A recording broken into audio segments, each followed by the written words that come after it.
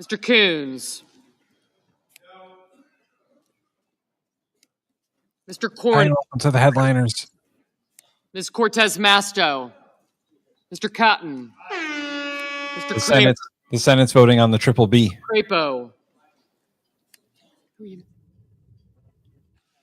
Mr. Cruz. They've been up all night. Mr. Curtis. Thank you. Mr. Daines. Ms. Duckworth. Damn right. Mr. Durbin. Damn right. Both of my Ms. senators Ernst. sit next to each other. Duckworth and Durbin. Mr. Fetterman. On the list. Mrs. Fisher. Mr. Gallego. Mrs. Gillibrand. Mr. Graham. Mr. Grassley. Mr. Haggerty. Ms. Hey there, Hassan. team, and welcome to this. I need Mr. to get Hawley. a list of. I need the Mr. list. she Heinrich. has. Mr. Hickenlooper. The list of the senators. Mhm. Ms. Hirono. But she's already got the ones absent. Mr. Already. Hoven. I need that one. Mr. And Husted. it's alphabetical. Mrs. Hyde Smith. Mr. Alphabetical Johnson. state? No, bitch. They're Mr. names. Justice. Mr. Justice. Kane. Mr. Kelly. Mr. Kennedy. Thank you. Mr. Kim. Yeah, I do. Thank you. Mr. King. Ms. Klobuchar. Mr. Langford. Mr. Lee.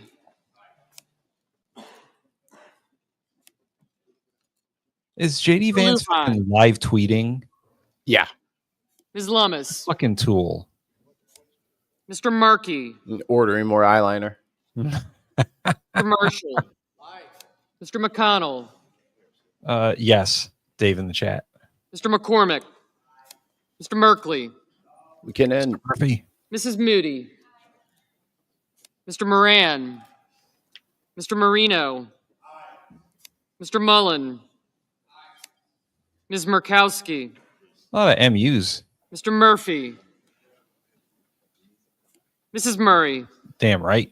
Mr. Ossoff. Mr. Padilla. Mr. Paul. Mr. Peters. Did Paul vote no? Mr. Reed. I can barely hear. Mr. Ricketts. This is stupid. We should be able to hear fucking better. Mr. Rich. Mr. Ricketts? Ms. Rosen. Mr. Rounds. Mr. Ricketts? Mr. Sanders. Mr. Yes, Schatz. fuck yeah. Mr. Schiff. Mr. Schmidt. Mr. Schumer. Mr. Scott of Florida. Mr. Scott of South Carolina. Mrs. Shaheen. Mr. Sheehy. Ms. Slotkin. Ms. Smith. Mr. Sullivan. Mr. Thune. Mr. Tillis. Mr. Tuberville. No. No. Mr. Van Hollen. Mr. Warner. Mr. Warnock. Ms. Warren. Mr. Welch. Mr. Whitehouse. Wow. Mr. Wicker. Mr. Wyden. Mr. Young. Oh boy. What girl's singing her ass off? Oh, they're giving us the noise machine. Hi, y'all. It's happening. This is the final vote in the Senate, I believe, for Mm-hmm. the triple B. Russell, good morning. Damn, the chat is 3 minutes late. What the fuck? Look at the chat. It's 3 minutes late. Oh, that's so weird. What the fuck? Sorry, y'all. I was like, ain't nobody in here. This is crazy. Hi. Now we're Has just Iceman- beating. Has Iceman sent to round up Musk yet? Good luck getting him. He's got his own city now. He could be anywhere in that little compound. No, Trump said he's going to sick Doge on Musk for sassing him about the bill. 100% is in the VP breaks test. Yep. Yeah, Vice President fucking eyeliner over there. The V stands for... No, that's shampoo. Hold on. Maybe I'm fucking a couch. Maybe it's Maybelline. I don't know. On this vote, the yeas are 50. The nays are 50. The Senate being evenly divided, the Vice President votes in the affirmative. The bill as amended is passed. Well, that's the ball game. I mean, it's got to go back to the House now and get voted on again because the Senate changed a lot of stuff. Right. So look at these grown adults. The one big, like, come the fuck. The fact that it says the one and it's a capital O is how you know you're not dealing with serious people. That's how you can tell that no one without a full belly of Elmer's glue. Pursuant to the order, 4 February 29, 1960. He can't read. 1960. The hour of 12 noon having arrived, the Senate having been in continuous session since yesterday, the Senate will suspend for a prayer by the Senate chaplain. Oh, we are not watching that. We are not watching a prayer by the Senate chaplain. Shut your dumb ass up with your dumb ass prayer. The Senate having been in session for 24 hours, we need a new prayer, guys. We need to freshen up our prayer. We need to freshen up our prayer. Can someone top off my prayer over here? It's getting a little low. It's dark in here. I guess I look okay. Bruno, yeah, technically, but they still have a fucking like non-denominational prayer by the Senate chaplain because you can never really get away from that sort of thing. Everyone gets out their prayer mats. They all kneel towards Mecca. Yeah, they all look to the east. The women cover themselves. So there you go. The Senate passed the apparently really named by serious adults the one big beautiful bill. And because they changed a lot of it, it's going to have to go back to the House for them to vote on it. Yep. And the House Republicans are not going to be happy. So, yeah, because they already went all in them. Yeah. They only passed it by one vote last time. Right. So it's going to be a clusterfuck. And they want to get this done in the next 3 days. Yeah, I don't know if that's happening there, Chico.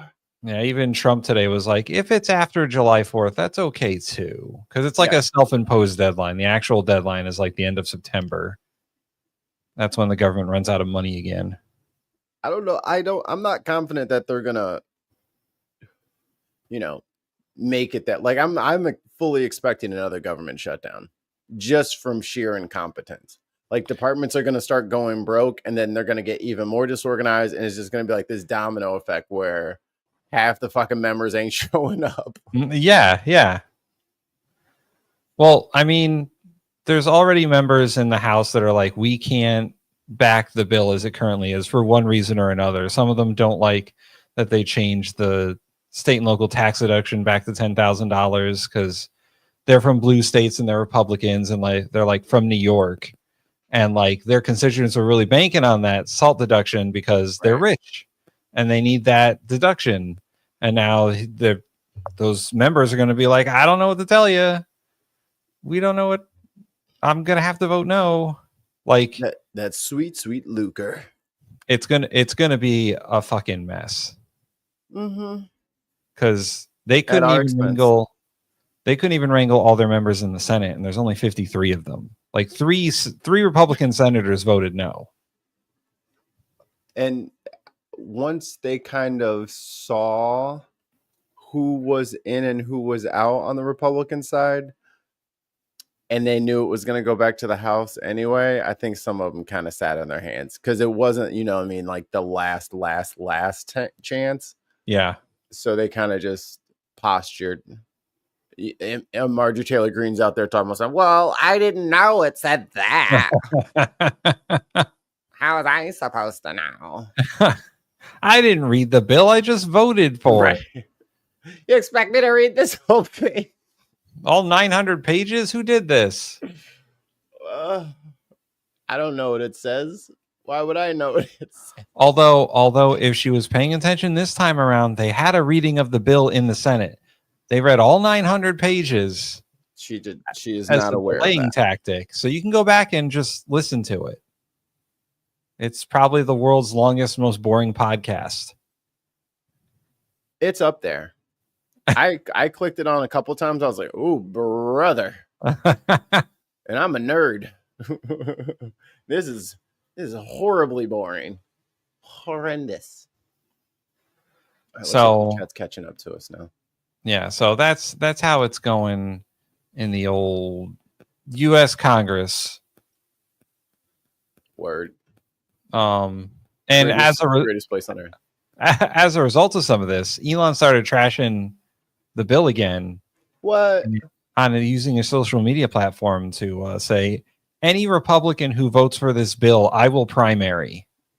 He said he doesn't care about politics and putting his money in politics anymore. Well, apparently he wants to. He said there will be a new political party started. Stay tuned. Oh. So now that your end of the pool is getting a little warm now. Oh. Oh. How interesting. And then Trump on his social media platform said that he will have the Department of Government Efficiency re-examine government support for Elon Musk companies. Oh. To find out if they're efficient. And the girls are fighting, aren't they? It's not as bad as last time when Elon was like, Trump's a pedophile. Trump knows Epstein. He knows everything. He was with Epstein. Why does no one believe me? But yeah, it's a good time in America. We're doing good. Good things are happening. Shut up. We're doing good. Clap, damn it. It's fine. We're fine. I'm fine. This is fine. This is fine. Everything Your house is upside down and burning. Are they saying anything? Let me turn it back on. No, we're muted. Okay. Well, I'm going to close that window because, dude, these long streams just eat up at your oh, yeah. sources. Holy. Some new information. Okay. I got a good show for you today there, Tim. Have we said hello to everyone? SG, Greg, Trip, Bruno, McKinnon, Greg again, I think. McKinnon. Who's texting me? Hello, Mrs. Famine. Gina, hey. Mikey, did you get late night fireworks at home? They already started here where I live. Yeah. Yeah, I get those too. It's people who are assholes just lighting off fireworks whenever they want. You're muted. Oh shit. There you go. There we go. It's like 2 weeks before and then 2 weeks after. Yeah. They just can't stop. And then it's like, oh well, my kid fucking got an A in summer school. Blow something up. Yeah. It's pretty shitty because one of my dogs is very sensitive to loud noises. Yeah. And he gets very upset at the fireworks. And then 4th of July, I'm gonna have to we take the dogs in the car and we just drive somewhere it's quiet. That's our 4th of July ritual, is to put the dogs in the car, get Taco Bell for the dogs, and then go somewhere quiet. Because it's dog meat, you see. No, they just get the lettuce and the tomatoes. Which is very tasty for them and crunchy. Mm-hmm. And some taco shell. They like the taco shell. Hell yeah. All right, we're going to Florida. All right. Some new information today on an interception over Mar-a-Lago, and a private pilot, look at this, flew into restricted airspace. This happened last weekend. The Air Force had to scramble fighter jets and then perform a drastic maneuver. It's known as a... Pause it for that. Reminds me of an episode of The Simpsons where they stole the Wright brothers plane. The Spirit of St. Louis. And they fucking scrambled fighter jets, and the Wright brothers plane flies at like 10 miles an hour. And about a foot and a half off the ground. Yeah, they're just whizzing by it and like, oh, well, we're going to have to engage them on foot. So the fighter pilots are like trying to reach the plane walking. Chasing it. Alistair! Fucking scrambling a fucking F-35 to take down a Cessna. Hey, going down, son. A headbutt to get the pilot's attention here. This is a simulation of the headbutt where fighter jets fly right in front of a private aircraft that's not responding to an intercept. Fighter pilots say they rarely use the headbutt. In the Friday morning incident, the private plane was eventually escorted out of the restricted... It's like the other plane, which is probably going 180 miles. It's like it's not even fucking moving. Like it's just sitting still. Airspace near Mar-a-Lago. Its pilots facing, or the pilot rather, facing fines and suspension or loss of license. So this is a good snapshot. So what they're going to do is they go right in front of it and they dump that fucking jet wash right across your fucking your wings and will fuck your shit up. Like, god damn. Oh yeah God damn. Well, it also messes with the air intake of the engine, right? No fresh air. You get this.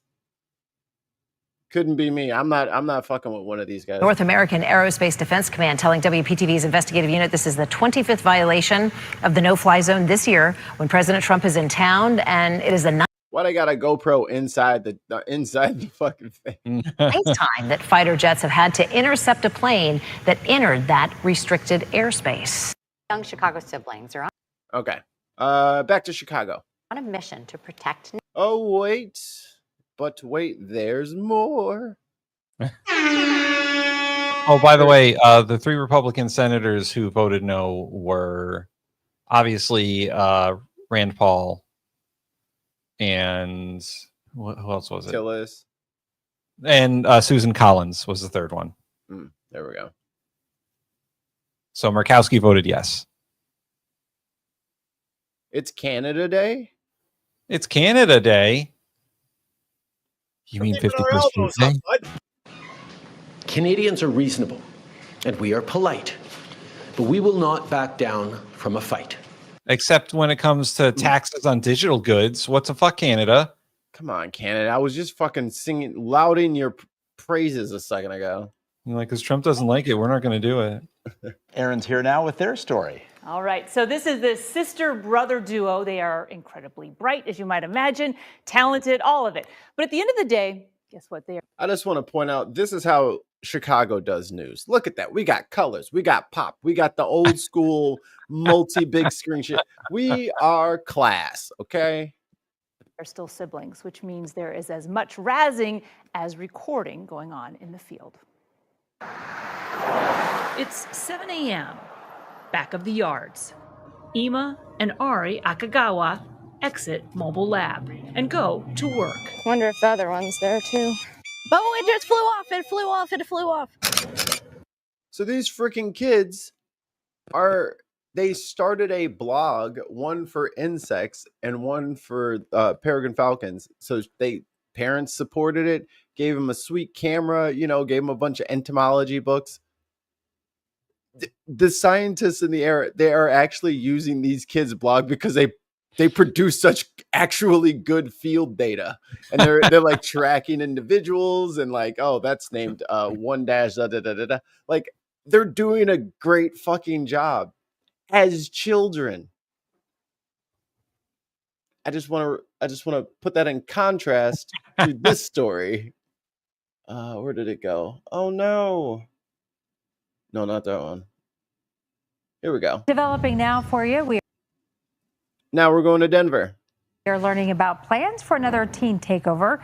Earlier this week, we showed you the crowds of teens in Northfield Mall getting into fights. Flyers for these takeovers are now going around social media. Well, now the Denver Zoo planning to close early on Saturday because of plans for a takeover near that zoo. The kids are going to be hanging out near the zoo, so the zoo closed early. Fuck those kids. Essentially, fuck those kids. Now, Denver Zoo, I'm going to go to your zoo one of these days. I'm sure of it. If there's still a country. If there's still a Denver. If there's still a Denver. But it is, you don't forget the parallels.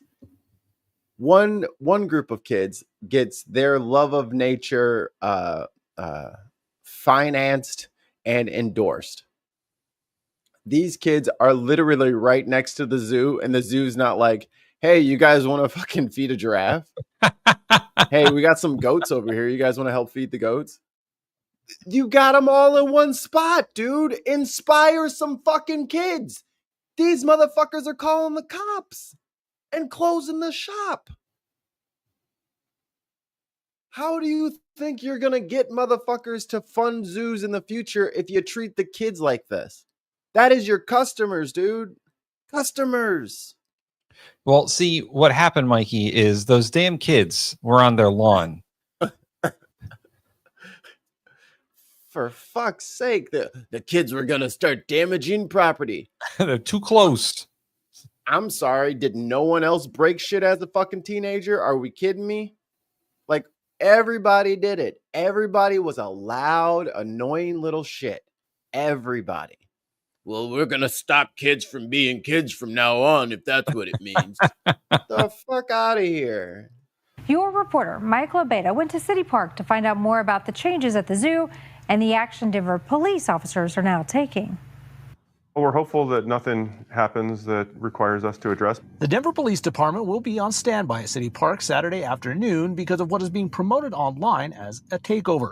That's when teens and young adults gather and... Yo, it says be there or be...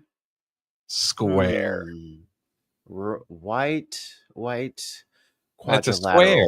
White quadrilateral. White, be a white square? Is that what's going on here? I knew it. I knew it. The takeover thing is really like, it's hit Connecticut pretty good too. Like, there's been a lot of, I guess they call them street takeovers. I'm not hip with the kids lingo, but they've actually passed laws this year to like harsher penalties against the kids doing the street takeovers with their cars, their loud cars. This reminds me of like Pokemon Go.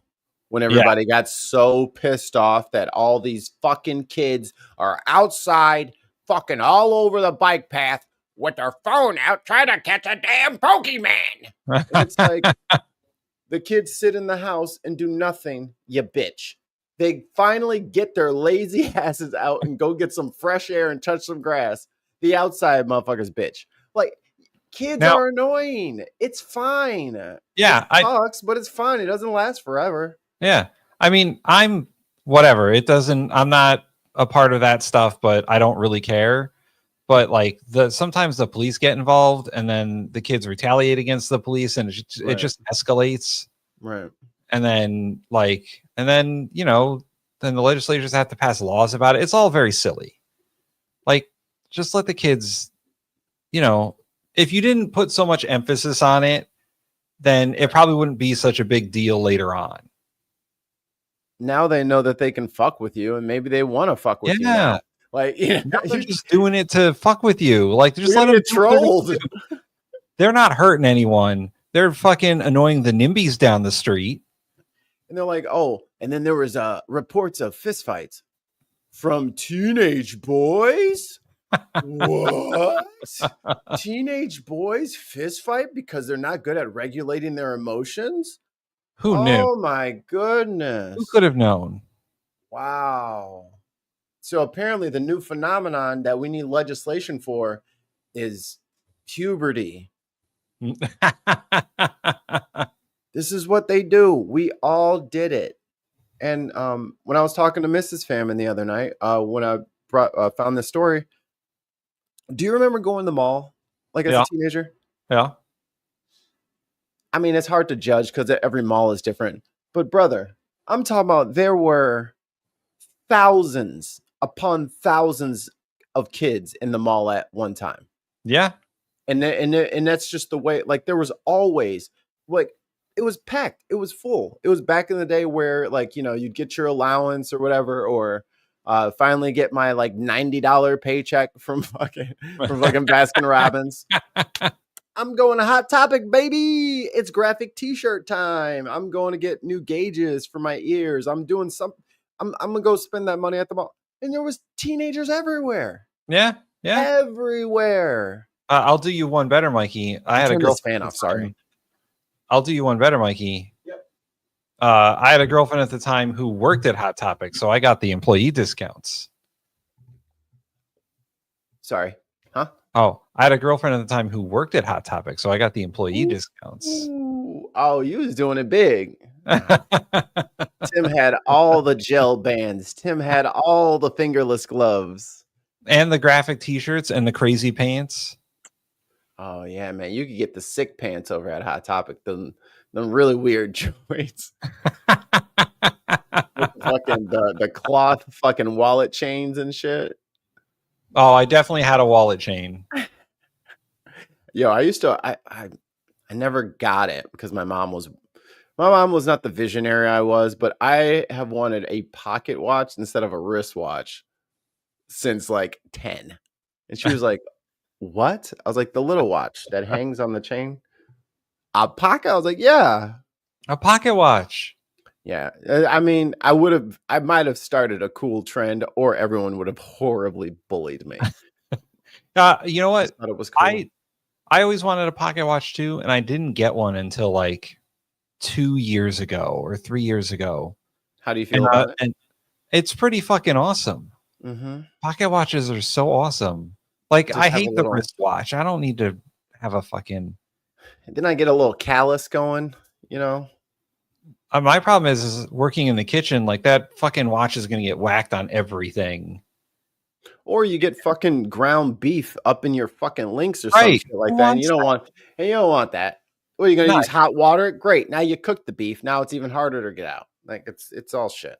You get the pocket watch. You put it in the pocket. It's fine there. It's got a cool chain. Yeah. Has the child broken containment? No. Okay. Look down at the monitor. I just see like empty floor. What the hell? Where did you go? She's become a couch potato now, so I have to like move the camera. Oh yes, here we go. Pocket watch, Zippo lighter, jeweler's loop. Steampunk Mikey is my favorite. Yo, I had at least 3 Zippos, at least 3. I had this. Belt buckles was my thing too. I guess that's kind of steampunky. Yeah, I had a giant like oval belt buckle, and then it had a nautical star in the middle, and the middle of the nautical star came out, and it was a fucking Zippo. Oh man, listen. I don't smoke. I've never smoked. I've at least owned a Zippo just to have one. What if you go to a concert and you hear something good?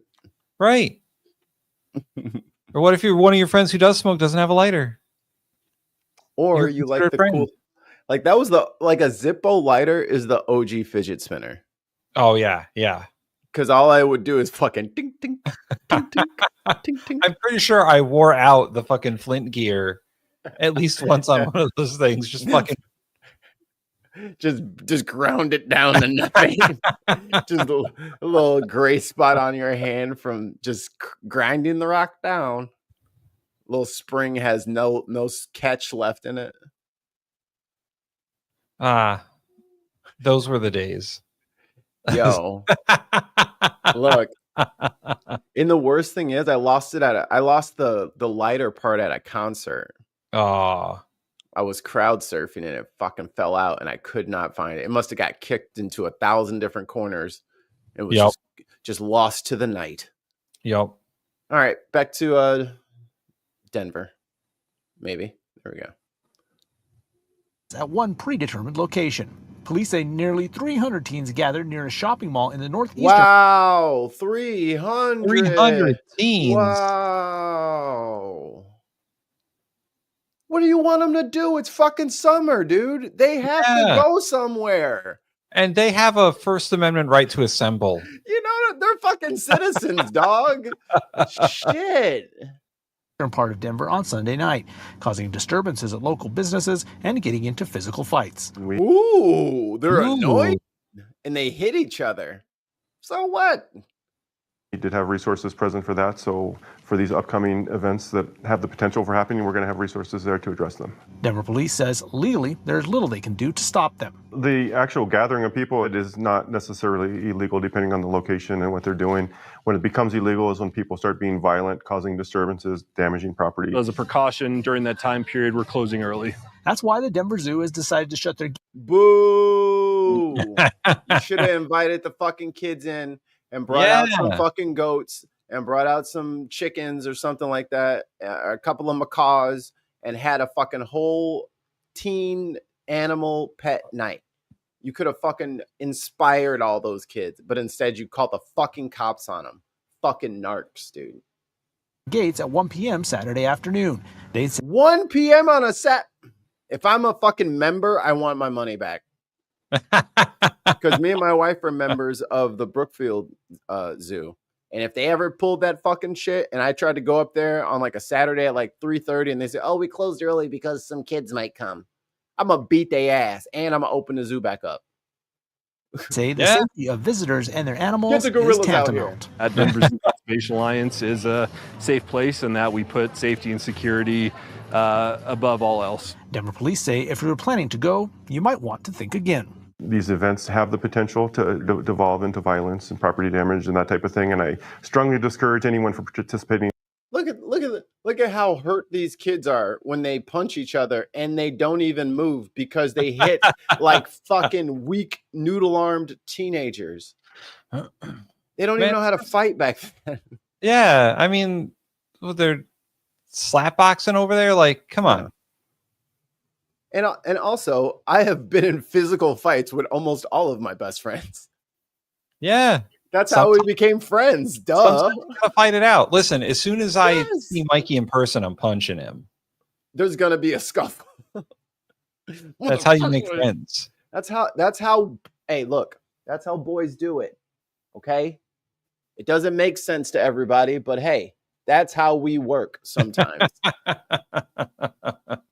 It's not for everybody. We get it. I hope they we missed this. Can find solace ultimately in the fact that these men will never breathe free air again. 53 people found dead in or near a tractor trailer on the side of a San Antonio road. Today, a bit of justice. Two significant. Yeah, this was, do you remember this? I think I remember the story, yes. Okay, I think it's from 2 years ago, but we did not cover it, I don't think. I don't think we covered it on like a bin or unboxed or anything like that, so. Right. The people responsible finally got sentenced. Significant sentences handed down today by a U.S. District Court judge.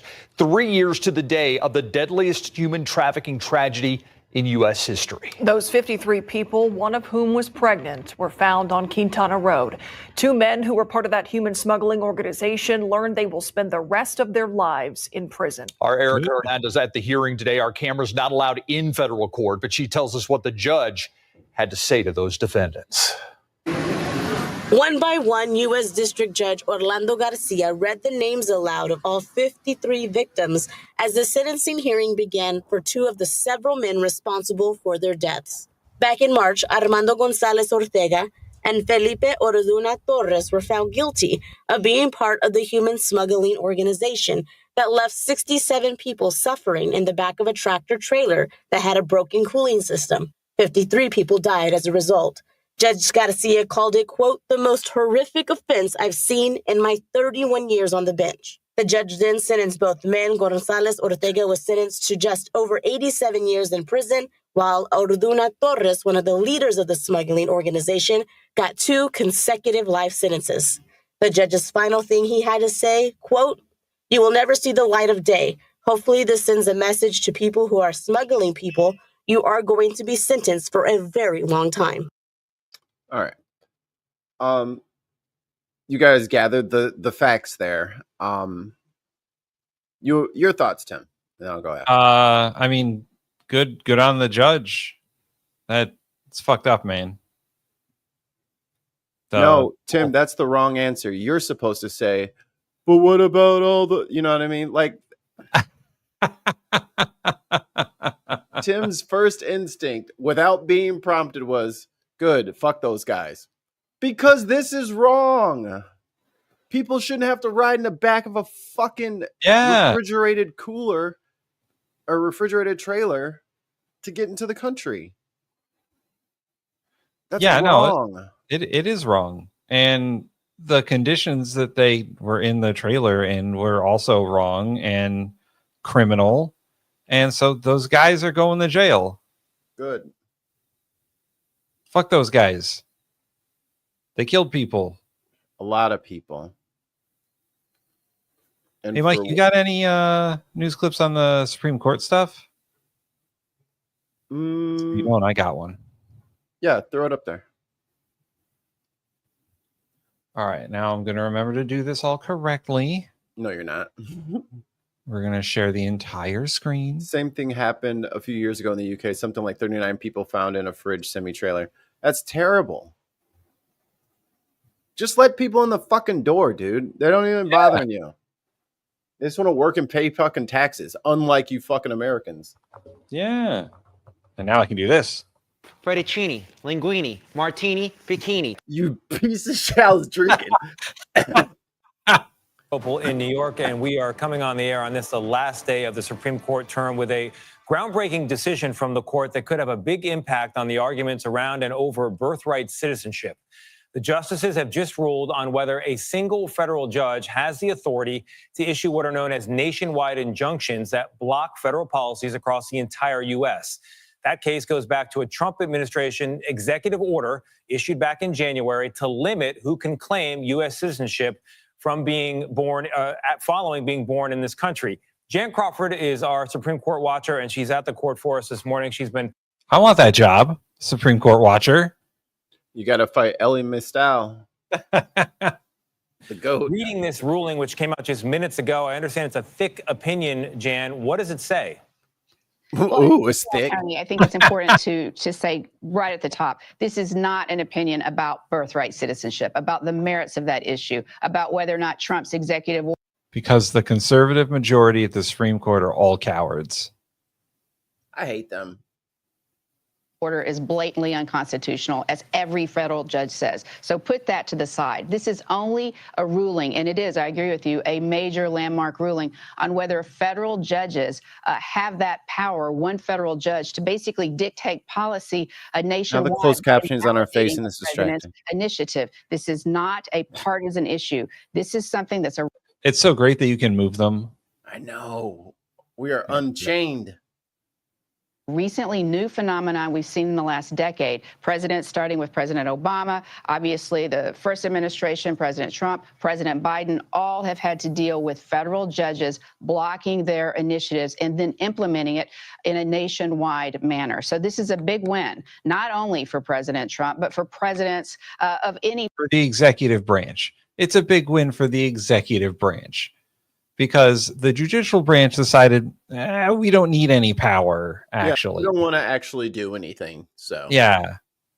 Party, because what this means is, and what the court says in its 6-3 ruling written by Justice Amy Coney Barrett, dividing conservatives and liberals along ideological lines, that this is not how our system is supposed to work. That Congress, when it established powers of the federal judiciary back in 1789, never intended for judges, one judge, to be able to basically set the rule for the whole country. We have an appellate system. They work through the system. That's how the system is supposed to work. So the justices in this ruling today are saying it's not appropriate in most cases. It's got to go about the normal process. But there are ways to get nationwide relief. And the court says today, for example, people can file class actions where that can perhaps apply nationwide. The point is, this is about process, and you got to drive the right pause it real quick to the courthouse. And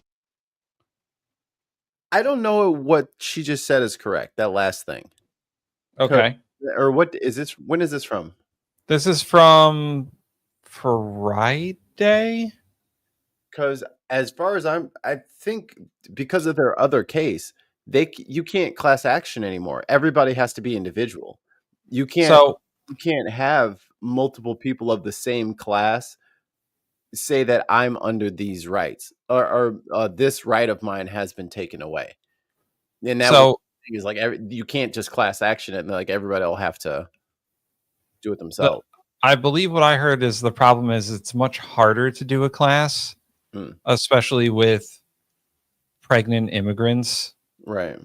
Because they're not all going to be pregnant by the time the court actually hears the case. And then they're not all under the same circumstances. And depending on what state you live in and blah, blah, blah. Different districts. Yeah. So it's all different.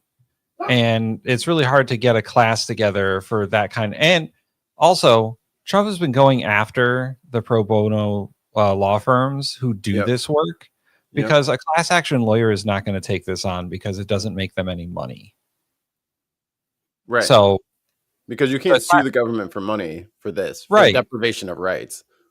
So it would be incredibly difficult to put a class action together. But on the, I guess, somewhat positive side, states can still get nationwide injunctions. If they say that, hey, everyone in my state is going to be affected by this, they're suing the federal government over it. Right. And a lot of attorneys general have done that. Yeah. Already. They've started lawsuits. As soon as it came down, there was like, and here's this packet and that packet and that packet. We were ready for you to say that. So that was one of the cases the Supreme Court decided. Once again, the conservative majority, complete cowards for not ruling on the actual executive order. Unbelievable. They could have said, oh, and by the way, the 14th Amendment is the 14th Amendment. Like I'm still again, like when I was squawking with Graham yesterday, like what do they think is going to happen in a way that is going to benefit them? Like, right. Throwing the country into chaos is not going to be, wow, look at all this new beachfront property for like that's not what like, oh wow, I just got a new monument named after. None of that shit is going to happen. It's going to be like fucking Haiti in this bitch. You know, it's going to be fucking buck wild crazy town in here. And they're like, this will benefit me. You are a lily white, no muscle mass bitch. You are not built for this.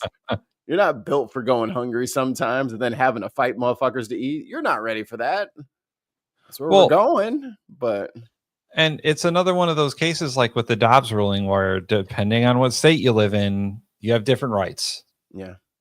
Like if you live in a state where like Texas or Florida or whatever, where they're like, we got to get these immigrants out of here and we're going to abide by the president's executive order and no citizenship for immigrants born in this country. Like no citizenship for that kind of thing. And you know, it's creating classes. Right. You're creating classes. You're creating classes. Oh, hey. You're creating classes where there are people who are citizens and there are people who are not citizens. And by the way, if you're from like, let's say, you know, Honduras or something, and you have a kid in America because you were pregnant when you came over and they don't get American citizenship, then where are they a citizen? They're not. You're going to end up with people who aren't citizens of countries, and that's a whole separate problem. Yep. Because how are they going to get citizenship when they can't prove where they were born? Right.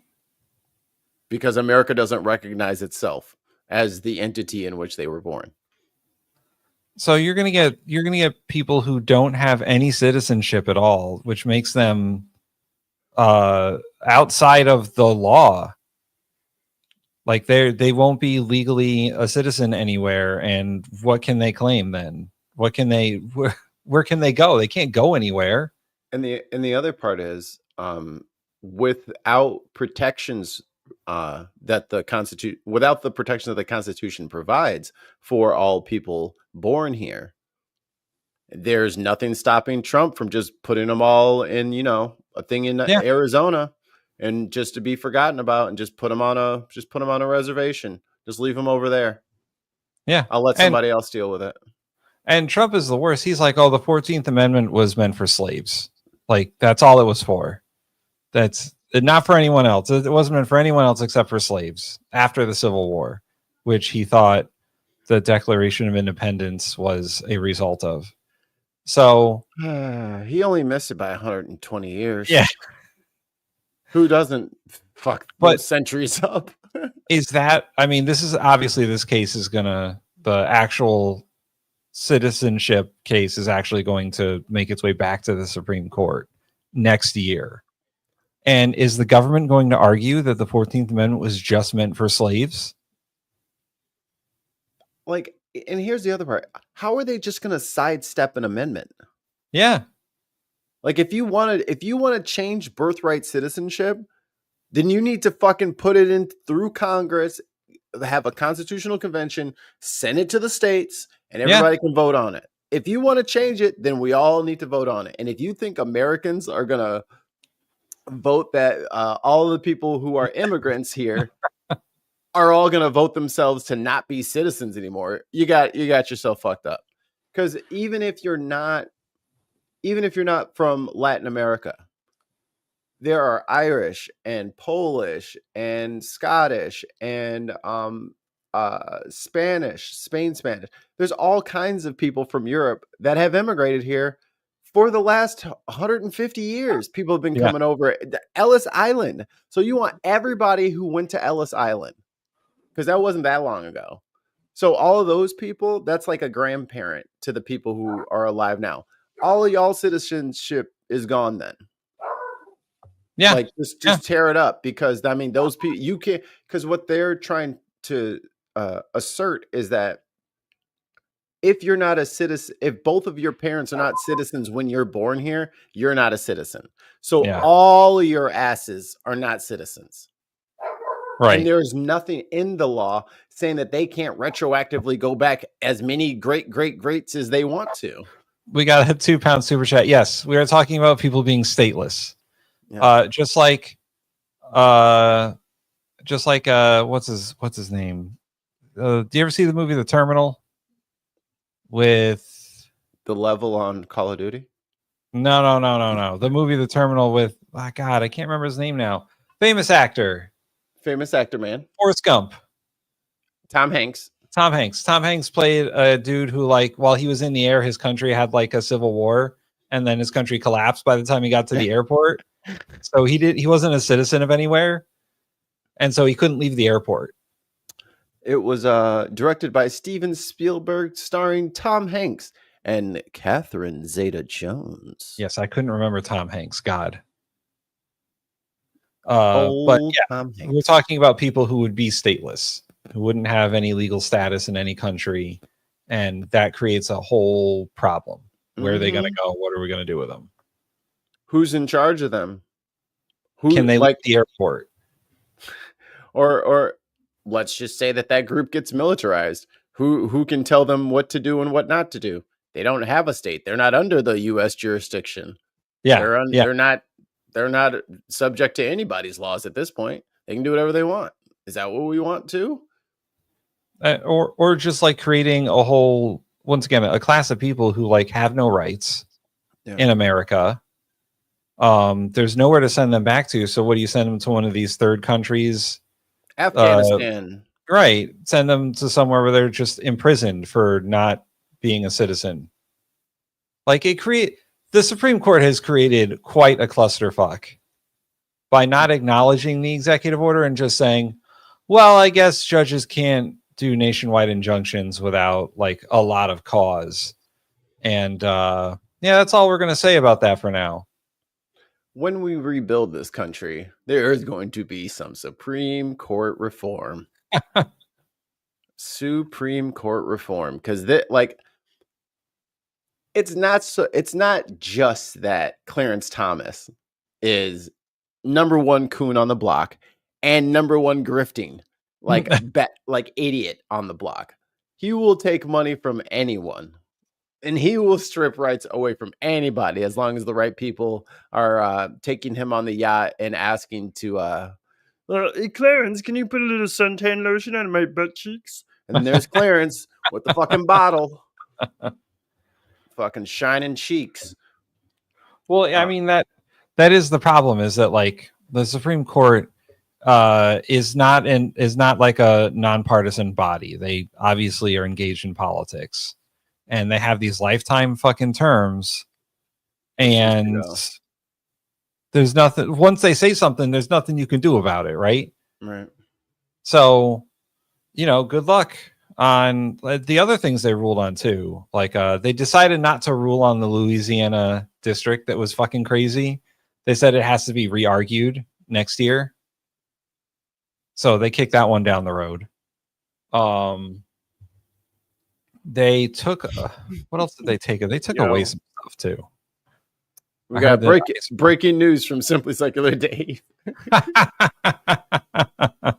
Heard that ICE removed Lady Liberty and are replacing it with a golden statue of Trump, but not a real Trump, an AI-generated NFT didn't Trump. do it.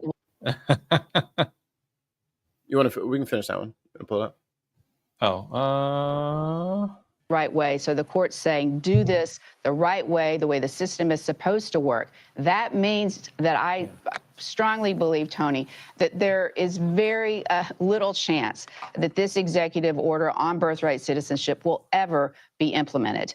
We're going to see people right away next week come back, refile some of these cases, ask for class actions that could be certified across the country. There's a process with that. You will still have some of these injunctions in place. This is just narrowing them a little bit so that they only apply to the parties who filed these cases, not to everyone. So I think it's highly unlikely that this will have any practical impact on that birthright citizenship order ever being implemented. Tony.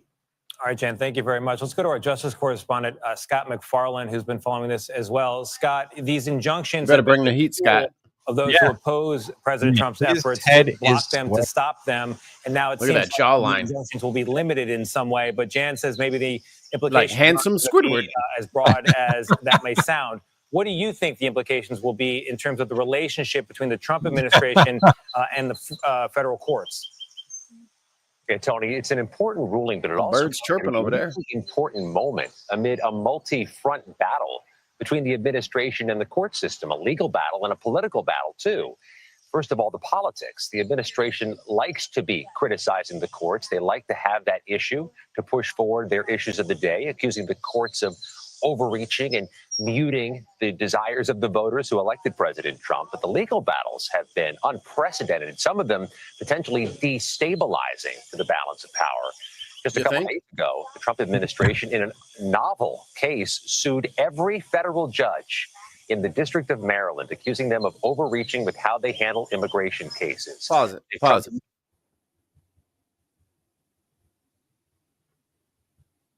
Lawfare. Lawfare. If you only knew how ridiculous that statement is, you wouldn't have said it. They were just coming after me. They were using the law to come after. Look at you. Not respecting the business. All them judges said something to you? Shut your ass up. Lawfare. Lawfare, they said. I'm getting some coffee. That's a real shame. Yeah.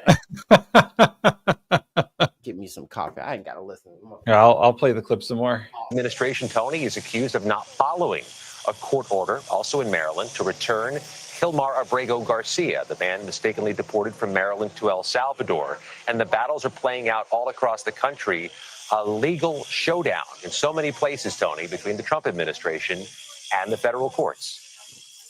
All right, Scott, thank you very much. Let's bring in Jessica Levinson. She's a CBS News legal contributor. She's also a professor at Loyola Law School. Her work focuses on constitutional law, election law, and the Supreme Court. Jessica, what do you make of Justice Coney Barrett writing this majority opinion? And a lot of people thought it was going to be John Roberts. Well, I think it makes some sense given where she is on the court. And I think she was able, obviously, to command more than a simple majority, but a 6-3 majority. I just had a brilliant idea. Okay. I'm going to grab some like oven mitt pad things, those little pot holders. Yeah. And I'm going to bring the pot of coffee in here on Thursday. You're just going to... I'm sick of getting up. I'm an adult. I could bring the pot in here.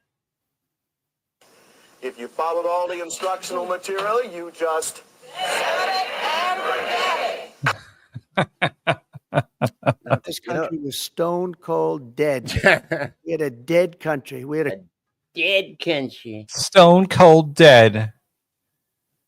In your questioning, during oral arguments, I think you really heard her trying to make sense of this case and be very clear, as Jan said, that it was not about birthright citizenship. It's not about the merits. It's about the equitable power of Congress of Congress to grant judges this power. And so she's saying very clearly, if Congress wants to change this, they can. She's also saying very clearly that when people walk into federal court now and they ask for relief of an executive order, they cannot get these universal injunctions anymore. Instead, courts are limited in the scope, the remedy that they can provide. They can provide a remedy of saying to the people who walked in, maybe it's an individual, maybe it's a group, maybe it's a state, maybe it's a class action, as Jan was absolutely correct to emphasize, that the court can give relief to those people. I think increasingly to your question, Tony, we're going to see Justice Barrett, who I think can speak to all sides of the court, have some of these big opinions.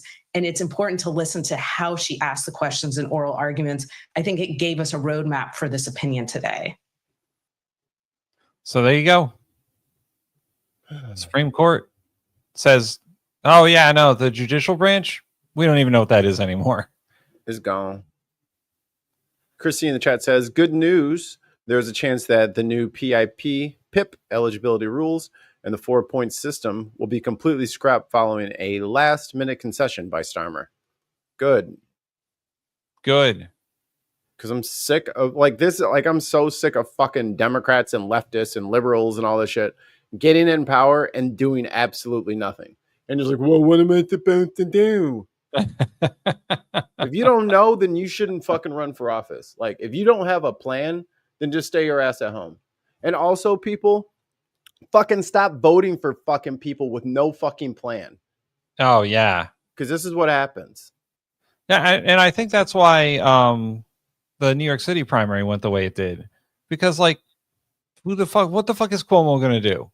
He don't know. What are any of these guys going to do? At least Mandani had a fucking plan. See? Actionable things that he wanted to actually do. Freeze rent. Make city like grocery stores. Bring down the price of halal. I mean, those are all things that people care about. And if he gets half of it done, he'll be the best mayor they ever had. Yeah. And you know, he went after people for being corrupt. So, I mean, let's just hope he doesn't end up corrupt, because I don't know, New York City mayor does have people, I guess. I mean, he doesn't want anything. No, he doesn't. He's just actually trying to do the job. So he's not trying to if he was already hinting at having national aims and stuff like that, I think it would really detract from what he's got going on. But doesn't appear to be the case. It looks like he's yo, I'm sick of fucking this being the most expensive city in the planet. Right. This is a problem. Oh, and he wanted to go after landlords who weren't fixing their buildings. Like, those are all things that people who live in New York City care about. The people who like don't have hot water or heat in the winter because their landlord refuses to fix their fucking building. What is going on in the chat? They're making fun of me trying to like justify bringing the coffee pot up here. They're like, thermos, Mikey. It's called a thermos. Here's what you do. You make the biggest pot of coffee you can. Listening. You get one of those fucking thermoses, one of the Stanley Cup things. You fill it up. It stays hot forever. What if I made a sophisticated Rube Goldberg machine and just had a system of gears and levers and pulleys and slides? A marble goes down, knocks over some dominoes, and like, are we sure I can't just mousetrap this situation? Tide goes in, tide goes out. You can't explain that. Fuck it. He was on Piers Morgan the other day. I was gonna find it and we could watch it or whatever, but whoo, man, not having your own Fox makeup, people. Oh yeah, Bill O'Reilly has aged exponentially. He aged like a shoe out in the rain, a leather shoe. Yeah, no, he's definitely looking a lot older nowadays. Did we see the fireball? We didn't see the fireball, I don't think. It's fireball time. Bum, bum, bum, bum, bum, bum.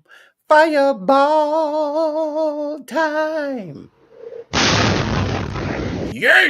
This incredible fireball in the sky captured on dash cam video. NASA says a chunk of an asteroid streaked across central Georgia this afternoon, falling at Look at that. This is why I watch the night sky. 30,000 miles an hour. The meteorite exploded and disintegrated, causing big booms heard throughout the area. At least one home was Oh, wait, are we in low res? No. hit with fragments of the space rock. And here you can see some of that damage to the home's roof. I mean, hi, is this State Farm? Yeah, I just had a insurance claim. I have a couple of shingles and some soffit that was damaged. What caused it? Now, it was a meteorite. Hello? Do you guys still have force majeure in your contract, like acts of God? Because God just hit my house with a fucking meteorite. I just got hit with a cosmic BB gun, and it damaged my whole shit. Am I covered? Like, it's Do like you guys cover rocks falling from the heavens? Yeah. Do you have a gravity clause in there somewhere? Oh, I think there's been one recorded death from meteorite. It was like in India, and there was a crater. There was a crater that used to be a person. Mm-hmm. He was like bent over, like working in a field or something like that, and just got completely evaporated. Here's a fun one for you, Mikey. Wait. All right, we have some unbelievable video out of Louisiana tonight. Yeah, before we show you the video, we want to let you know the utility worker is fine. He was in a bucket truck working on a truck. Hey, I don't want no one. I better not look at my fucking face when I'm fucking. Look at me. I don't want to see one laugh in the chat. You better not laugh. Don't you laugh. Oh God. Don't laugh. It's not funny. Traffic light near Baton Rouge. Watch this. That 18-wheeler. Oh! Bang! Oh! Hits the bucket. Luckily, oh my God. the worker was strapped in, so he did not fall out. Good job. But he dangled for a little while until crews were able to get him out. Woo! Oh, fine, define fine. Well, for one, Holt and her three children. No! Wait, go back. What, Go back. What, Go back. what about the dog with the cone on his head? I wanted to know about him too. Oh my goodness. Oh my God. Look at this man. This man is just doing his job. Come on, internet. What's going on here? Just doing his job. Da-ba-da-ba-ba. Just doing Traffic light near Baton Rouge. Watch this. That 18-wheeler. Oh! Bang! Oh, bang. And she said, oh! He wasn't doing nothing but his job. He wasn't doing shit but his job. He wasn't doing shit but his job. And got fucked up. Yo, this trucker went wide as shit. Like, yeah, I got this.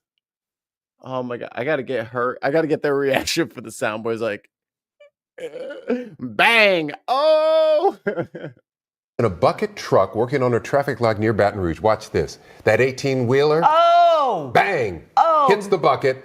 Luckily, it looks like the worker was strapped in, so he did not fall out. Good job. But he dangled for a little while until crews were able to get him out. Damn. it hurts when I hold it in. It hurts me when I hold it in. God, as soon as I knew that he was all right, I'm like, that is the funniest shit I have ever seen. He was like, go! Just upside down. Because, he's just like, don't you hit me. You're going to fucking hit me. You got to talk to, like, the traffic to try to control it with your mind. Like, don't you turn out in front of me. Don't you turn out. So this may come as a disappointment to the president, but apparently, had the president not done all the tariff shit, interest rates would be down? The Fed would have cut interest rates, yes. Would have been nice. That is what the Fed chair, Jerome Powell, says. Trump's tariffs have sort of delayed the lowering of interest rates because they need to keep inflation down. I was going to buy a house, but the interest rate was astronomical. And I was like, this is probably not a good time to buy. I bought a house and the interest rates is astronomical and I sort of got trapped into it. Yeah. So when we learned what our interest rate was, we were like, fuck. It was Why not. would people buy a house? It's rather high. It's rather high. And boy, the back and forth between Trump and Powell is mostly hilarious because Trump is like, oh, this guy's such a loser. He's not going to put down the interest rates, even though I told him to. And Powell's like, I'm trying to keep the economy going. Why don't I be the Fed chair? Yeah, that's a great idea. Why don't you be a brain surgeon too, dumbass? Oh my God. Yeah, he's great. Trump's great with money. Powell said, in effect, we went on hold when we saw the size of tariffs, and essentially all inflation forecasts for the United States were up materially as a consequence of the tariffs. And the whole interest rate thing is to keep the tariffs or to keep the inflation down. That was the whole fucking plan. So when Trump does shit that's inflationary, tariffs are not inflationary. How dare you, Tim? What are you, some sort of woke mind virus, Trump deranged syndrome son of a bitch? How dare you? Yeah, adding a fucking... you? No, I'm not. I'm misleading you. Let me just slap on 30% on all the goods that you normally buy from other countries. Oh my God, yeah. Let me just slap that on the top of it. What do you mean inflationary? Here's a crazy thing I did. I don't know if I told this story before, but when we heard that they were going to put a 200% tariff on all like wines and liquors coming from Europe, the wife and I went to a liquor store and was like, so how much Irish whiskey do you have? I'm gonna need that. Bag it up. And the guy at the store was like, listen, we bought a ton before this tariff went into effect so that the prices wouldn't go up for another month, but they're going to go up. Yeah. Whoa. Oh, boy. Whoa. Jeez. 21% interest is crazy. How do you even own a home at 21% interest? So if your house is $300K. Yeah. It's another, what, almost 100K in interest. And they're like, why won't people buy these homes? Yo. I didn't know I had to fucking zero. It's a squirrel. He loves squirrels. It does squirrel shit. I don't know what you want me to tell you. Fucking, he's gonna fucking dance in the fucking yard and fucking piss you off. You know, he's gonna step all in your grass. Okay, life sucks. Oh, bye, Dave. Second home ownership shouldn't be allowed, nor should corporations be allowed to purchase properties. That's the problem we have over here. Is like 6 companies own like the entire housing market in Chicagoland. That's crazy. Yeah, that's I mean, that's the problem, is that all these investment firms, these venture capital investment firms, are buying up houses, turning them into rental properties so nobody can buy them. And that's just the way it is. And they're doing it build with a new house or you could build, like, I know they jacked up the $125,000 townhouse to $250,000, but you can buy a regular house for $325,000. Or if you don't want to have to buy from these inflated ass motherfuckers, you can buy a brand new house for $400,000. So you don't really have to go to them. You could just buy a new one at $400,000 with 7% fucking interest. 7.25. Yeah, on a 400. No, I'm good, dude. I mean, they're doing it to fucking everything. These investment firms are buying fucking everything. And they're using the money out of people's direct deposit to loan to the venture capitalists. Yeah. So Chase and what's the big one? Not Fidelity. It'll come to me. It's like green and yellow. Green and yellow. It did the Haiti thing. Yeah. Citibank, yes. Yeah, Citibank gave out $600 million in a loan to the venture capital firm that bought my place. Yeah. $600 million. So with $600 million, you can buy an entire suburb, all of the available houses, and then flip it for rent. Listen, and then they don't have to pay the money back because it's not their, you know what I mean? The renters are paying the money back. They're not paying any money back. No, they never should have got rid of Glass-Steagall. Right. The law that separates investment banks from like personal banks. Because then all those banks wouldn't be allowed to do that. And you wouldn't have had the housing crisis in 2009 and the housing crisis that's coming up in the next year or so. I think it's already here. People, I saw a chart the other day that says there's 500,000 more buyers, or no, there's 500,000 more sellers than buyers right now in the market. And it's the biggest gap they've ever seen between buyers and sellers. And it's because people are being priced out of the market. Yeah. Everyone's selling their house, but nobody wants to buy it. Nobody can afford it. And people using the elevated prices to sell their home, and then they're like, aha, I got in with everybody else. Okay, but society is worse. Yeah, right, exactly. I'm glad you got your I got an extra 50 grand. Great. You gave it to literally to Lex Luthor. Yeah. You sold us out for 50 grand to Lex Luthor. Good job. Yeah. Hope it was worth it. No, it's all gonna fall apart at some point again, because once again, I don't believe there's any actual regulation on these people. They wanted me to put down 20 to 30. Wait. Here's the first one. I was a real estate investor for a year before I realized what type of monsters these people are. Yeah. They wanted me putting down 20 to 30K assignment fees, and my final straw was them having me do 70% of asking price. Woof. What the fuck? Yeah. I mean, that's the problem. Back to the house. Oh, yes. Back to the House now, and then the House is going to try and pass it, and if they don't pass it, they're going to have to do a conference committee between the House and the Senate to figure out their shit, which could take a while. Speaking of taking.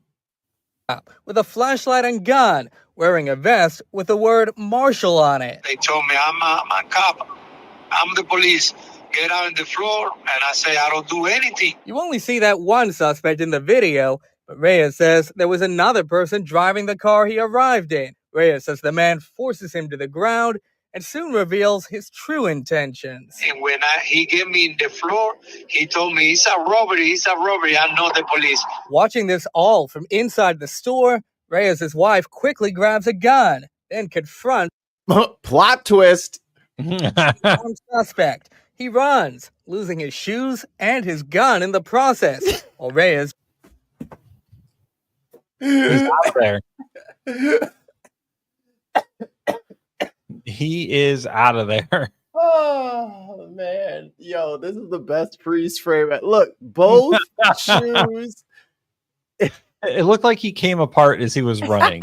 He disassembled. at the store, Reyes' wifey said, nah, he needs to get my spiders.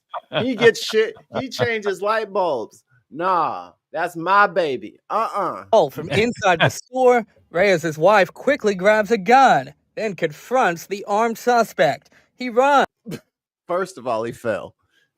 First was the trip. This is a breakdown, a psychological breakdown of this attempted robbery. So he falls out of his shoes and both shoes. I don't know. It's just an Apple Watch and the gun. His gun in the process. Reyes draws his own weapon. He fires multiple rounds, at least one of which hits the suspect, who then crawls to his Come on, man. You can't be doing the arm. Look at this. Look at his own weapon. He fires multiple rounds, at least one of which hits the suspect, who then crawls to his getaway car. Reyes firing a final parting shot as the car drives away. Yep.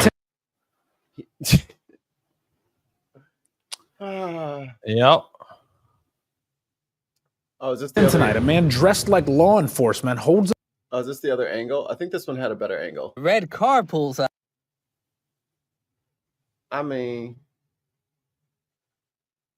let's see. Fronts the armed suspect. He runs, losing his shoes and his gun in the process. It's so Scooby-Doo. Oh wait, it's so it's fucking. Reyes draws his own weapon. He fires multiple rounds, at least one of which hits the suspect, who then crawls to his getaway car. Reyes firing a final parting shot as the car drives away. The police told me I did a great job. Both he and his wife are okay, but he shudders to think how differently things could have turned out when the. You never know. That's why it's dangerous to be a criminal here. Yeah, that's his shoes. The best part is his shoes just came off. He fell out of both. I'm not trying to tell people how to do crimes. Wear a belt. Tie your shoes. It's like a horror movie rules. Make sure that like your stuff that you're wearing is like secure to you because you might have to run. Nah, he's like, I'm gonna look stylish as a fake cop. To Arizona. Just end him. That was the goal of a group of 10 and 11-year-old girls who surprise police say wanted to kill a boy at school. The motive? He's accused of cheating on one of them, so she wants him dead. The murder plot was simple. According to the police report, 4 fifth-grade students at Legacy Traditional School's West Surprise campus planned to lure a classmate to the charter school's outside bathroom. Oh my God. The plot is what's fucking crazy. Stabbed him in the stomach. And each girl play to get away with it. Listen. Yo, that's some like fucking Jon Snow Game of Thrones shit, man. The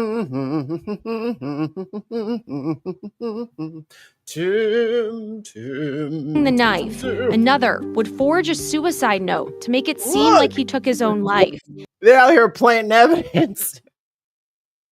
No more Netflix for these girls. And someone would act as a lookout while the other carried out the stabbing. And to avoid fingerprints on the murder weapon, they would wear gloves. Documents say the friends came up with the plan during lunch and recess on October 1st. Legacy administrators worked with the school resource officer to investigate when students who overheard the plot came forward. And y'all was out here bragging about it? Damn, man. Just because he cheated on you in 5th grade, he got to die? The next day, their backpacks were searched and the suspects were individually questioned with their parents present. All 4 children were then arrested for threatening and disorderly conduct misdemeanor charges. The police report says 3 of the students showed remorse, but the 4th would smile and laugh while making excuses for their actions. Do not let that one out. No, don't. Do not let that one out. That is the ringleader. Do not let that one out. That one stays. That one stays. I did find a video for us for our food channel, which I forgot the name of already. Yeah, man, we had a food channel name. Was it? Oh, fuck, no, I forgot it too. We're gonna have to go back and watch like the last episode. A seat at the dinner table. A seat at the dinner table. Yes, I like that. I just came up with that. I know it was bin table or something, but yeah, something like that. The elbows. Table. No elbows on the dinner table. No elbows on the dinner table.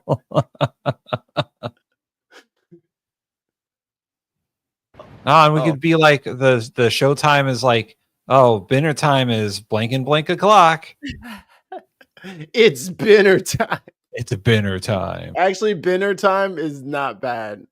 Yeah, that's not too bad. It's actually not bad. Dinner time.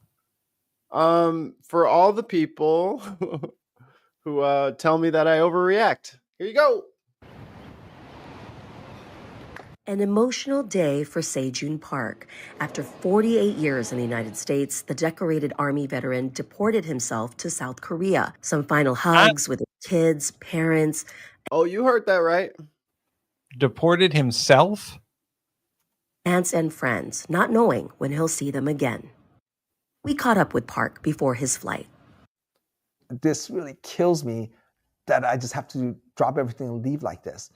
They're being so supportive. They're all worried about me. They're like letting me know, oh, you'll be okay in Korea. I know I'll be okay. That's not what I'm worried about. I'm worried about them. Park moved to the U.S. when he was 7 and had legal permanent residency under a green card. At 19, he joined the Army and fought in Panama during the Noriega War in 1989. He was awarded a Purple Heart for his bravery. I got shot in the spine. This dude M6. Dude got shot for the country. Tim, bone spurs, dog. They're throwing this dude out. Spurs. Damn, man. He fought for the country and all that shit, man. 16, my left lower back thing. So in my mind, I'm going, oh my God, I'm shot in the back. I can't feel my legs. I must be paralyzed. Miraculously, his dog tag deflected the bullet, aimed for his spine. Bro has plot armor. Saving his life. Park returned to his then home in Los Angeles, where he suffered from severe PTSD. He turned to marijuana to cope and moved to Hawaii in 1995 for a better lifestyle. But he became addicted to crack cocaine and struggled for years to get clean. Drugs if only the VA would help. Oh, wait. Throughout my life, and that's what eventually got me into trouble with the law and everything. In 2009, he was convicted for drug and bail offenses and served 2.5 years in prison. When he was released, ICE agents detained him and revoked his green card. He fought deportation in court and as a Purple Heart veteran was allowed to stay in the U.S. under deferred action as long as he checked in each year and stayed clean and sober. Park turned his life around. He became a loving father to his 2 children and cares for his aging parents. These last 14 years have been great. Like, really proud of myself, proud of my kids, how I've been acting and how I've been living my life. But this month, officials told him he had to leave the country or be detained and forcibly deported. Took 2 bullets for this country. Like, you're more American than most of the Americans living in America. That's what I'm saying. He literally, like, yo, if you serve in the military, that should just be like, you're a citizen now. But what if you serve in the military and you're the wrong color? I guess, but like, I reserve the right to get rid of them. I didn't know Korean was the wrong color. Yellow is not white. It's close, but it is not. 3 weeks to say goodbye to everybody. End your life. You just got an ankle bracelet. Yes. He needs to go. He is he's part of the invasion, Tim. He's a decorated war hero. Shut up. No, he's not. He's a fucking goddamn migrant. This is who they're talking about. My God. Married, I won't be there. Like say my parents passed away, I won't be there. Like so many things that I'll be. So he's gonna miss his fucking parents' funeral. Good job. Missing, and for sure things are gonna happen. I just can't be there, which is heartbreaking. We have. Yo, fuck this place. Yeah, he's got a whole family in America. He served in the military. He cleaned up his act. Like, what the fuck do you want from this guy? Just make him a citizen. It's fucking wrong. A veteran like Mr. Park, who took a bullet for this country, who fought and swore an oath to preserve, protect, and defend the Constitution of the United States, even though he wasn't a citizen of it. Park's attorney says 38% of the U.S. military are non-citizens and believes thousands are. 38%. Damn. Wow. What a curious little number there. It's almost like you promised them that you're going to get them on a path to citizenship when you get them into the recruiting office. When you hire them as ICE agents. Yeah. This is what they're going to fucking do to you guys. So do not fucking make the Faustian bargain. They're just going to fucking backstab you. Literally backstab you like this guy. Are being deported for non-violent crimes. Mr. Park is a victim of this poor system of where we're not supporting our veterans. What can our Congress do to make sure that we help Mr. Park get a pathway to citizenship, that we are able to forgive him for his past mistakes and remember his service? Yeah, you know what ruined his life? Being in American fucking society. Yeah. He started acting like a fucking true red-blooded American.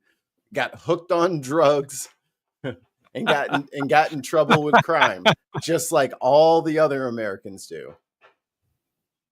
Every sense of him, he is an American, but by paper. Park said he's still in shock. I broke the law and everything, but I think this is a little 14 years ago. To me, after I paid my dues, after I did my time for the offense that I did. Now he's leaving the only real home he's known to start over in a place he hasn't visited in 30 years. I'll have to relearn everything. That's fucked up, bro. Fucked up. Yeah, what the fuck is wrong with this country?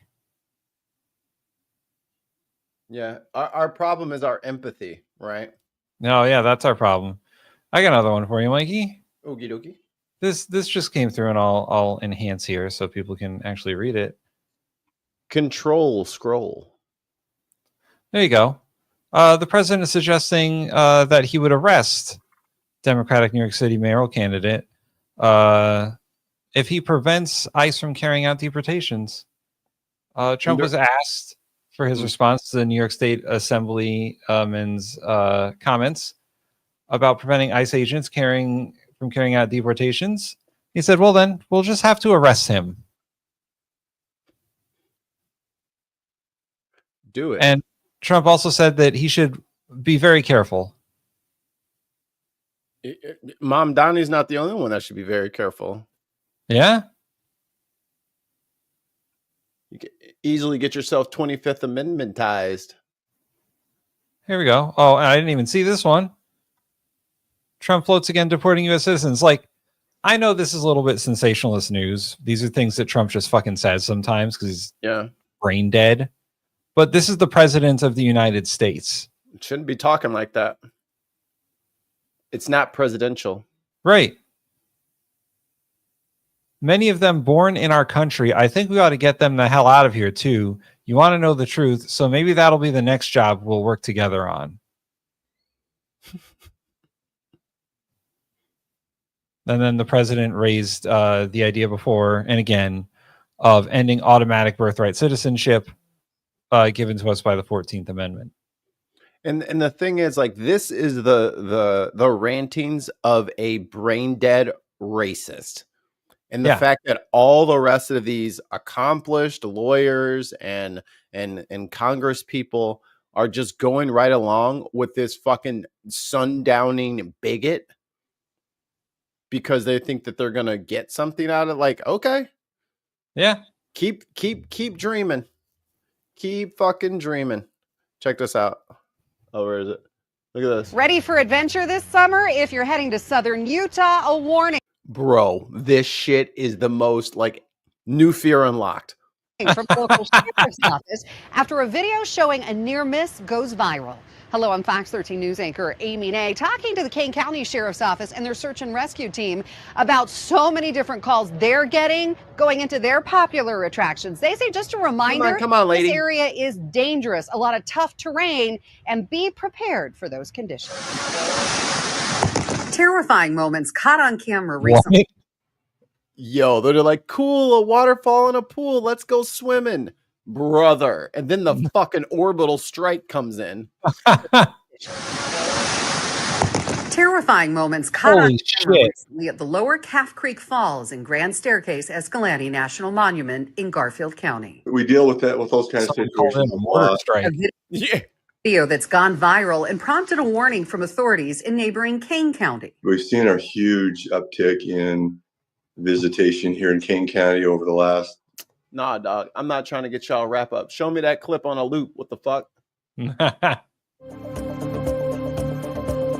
Shut the fuck up. Oh, I need the music. Oh, It even sounds like there's fucking ordnance coming down on them. fuck that.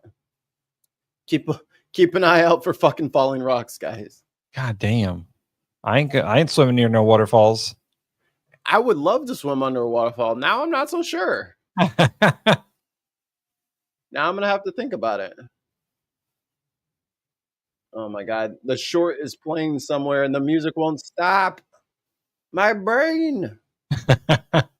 My brain. Oh, I have an actual clip of Powell saying that if it weren't for the tariffs, we would. Oh yeah. Make sure I turn the sound back on. There we go. Chair, would the Fed have cut more by now if it weren't for the tariffs? So I think that's right. In effect, we went on hold when we saw the size of the tariffs and essentially all inflation forecasts for the United States went up materially as a consequence of the tariffs. So we didn't overreact. In fact, we didn't react at all. We're simply taking some time. So there you go. There's the chair of the Federal Reserve saying if it wasn't for Trump's fucking tariffs, interest rates would be lower right now. Right. Because they had inflation under control. Clearly. Well, mostly under control. But I mean, I think what was left over was just greedflation. Was still just companies refusing to be reasonable with prices and making people pay more for no reason. And then Trump had to be like, well, baseline 10% tariffs on everyone. Which is crazy. And then we'll figure out based on the crazy math, those tariffs are going to come into effect in like a few weeks. Oh, yeah. Unless Trump says we're going to pause them again because he's a fucking puss. He might get distracted and fucking get to it too late. I know. That's the other thing that people are not like. He's going to have to be like responsive and accurate with his estimates. He is not. There's no mechanism to do that. So, and he did promise us 90 deals in 90 days, Mikey. How many deals has he made? One-ish? Like 1.5? 0.5, 0.8. 0.8. Whatever the pound to dollar ratio is, that much of one deal with the UK. And that's it. Nothing with China. Nothing with Canada. Nothing with Mexico. Nope. He actually stopped all negotiations with Canada because of that fucking digital tax they were going to put on. It's like a 3% tax. And Trump was like, no, we can't do it. They need to pay tax, dude. They can't just fucking make money forever for free. Yeah. And Trump was like, well, we're just not going to negotiate with Canada anymore. Obviously, they're insane. They want to tax our digital services at 3%. Meanwhile, Trump's out there taxing fucking everything at a minimum of 10%. He didn't get, by the way, he didn't get rid of all the tariffs. There's still some tariffs out there. He just paused the ones that he did on, what do you call it, Liberation Day? Right. Because he's fucking crazy. But no deals have been made. There was like half a deal made with the UK. And he tried to make a deal with China. The only deal he struck with China was that they wouldn't tax each other so much. Or they're going to stop with he's going to stop with the no 400%, no 1 million. Yeah. That part's knocked off, but guess what? The ports are still empty. Yeah. Like there's not as many ships coming over from China because they still have a tariff of like 25%. And maybe that's like the fact that we have so much stored, like as a country, like we have so many goods stored that people haven't put it together yet. Here, I'm gonna just give you the link. I want us to close with this, if you don't mind. I will let you play it. Okay. Because we got to talk about Idaho and the sniper. All right. And we're gonna grab I found the Hasanabi clip. I like his shit because he's also equally as snarky as we are, but his chat is good. And we'll find him like little nuggets in like people's social media and shit like that. So good job, Hassan. You did a good job. Let me get this screaming child who's about to break my TV, I think. You can put her in a thermos too. I'm going to get her ass a microphone and a headset in a minute. In Coeur d'Alene, Idaho, which is a famous location for actual anti-Semitism, not like the fake, like, oh, I don't like Israel conversation, was the head of operation for Atomwaffen. I mean, it's like a neo-Nazi, white supremacist, white nationalist breeding ground. Breaking developments, Idaho authorities have identified the shooter accused of ambush. Yeah, I live in Idaho and I've been to Coeur d'Alene and there are literal Nazis, like proud Nazis with swastika flags. Yeah. Jesus. I'm not saying like, oh, they're Nazis because they're like fascist Republicans or racist. I'm saying like actual straight up swastika wearing Nazis. And killing those 2 firefighters in the mountains by Coeur d'Alene on Sunday. A third firefighter who was also shot is now fighting for his life after surgery. The local sheriff says they believe that the shooter, who was later found dead, set a brush fire to lure the crew to the site and then opened fire on them. Here's dispatch audio as the attack unfolded. Some law enforcement right now, there's an active shooter zone. They're shot. BC3's down, BC1's down. Everybody's shot up here. Law enforcement, code 3 now up here.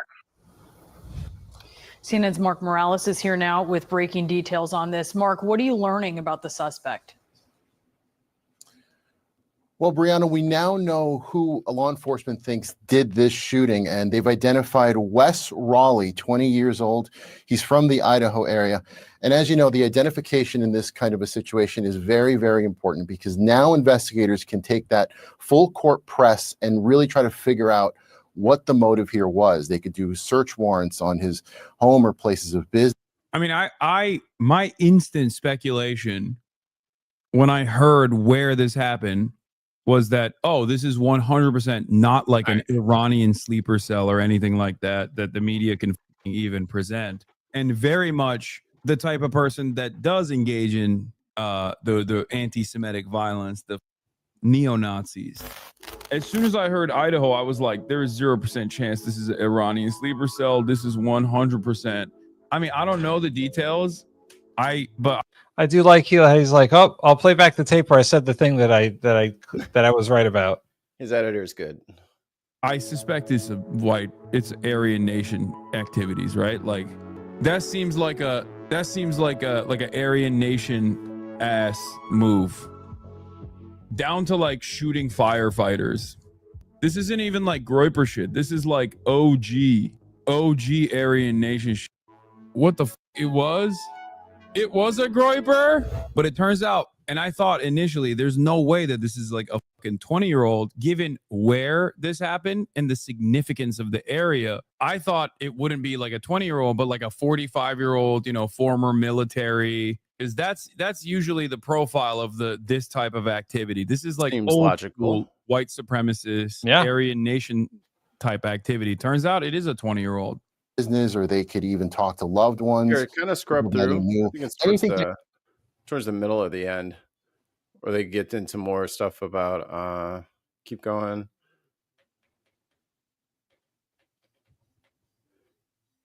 Keep going. Because when they start talking about his dad,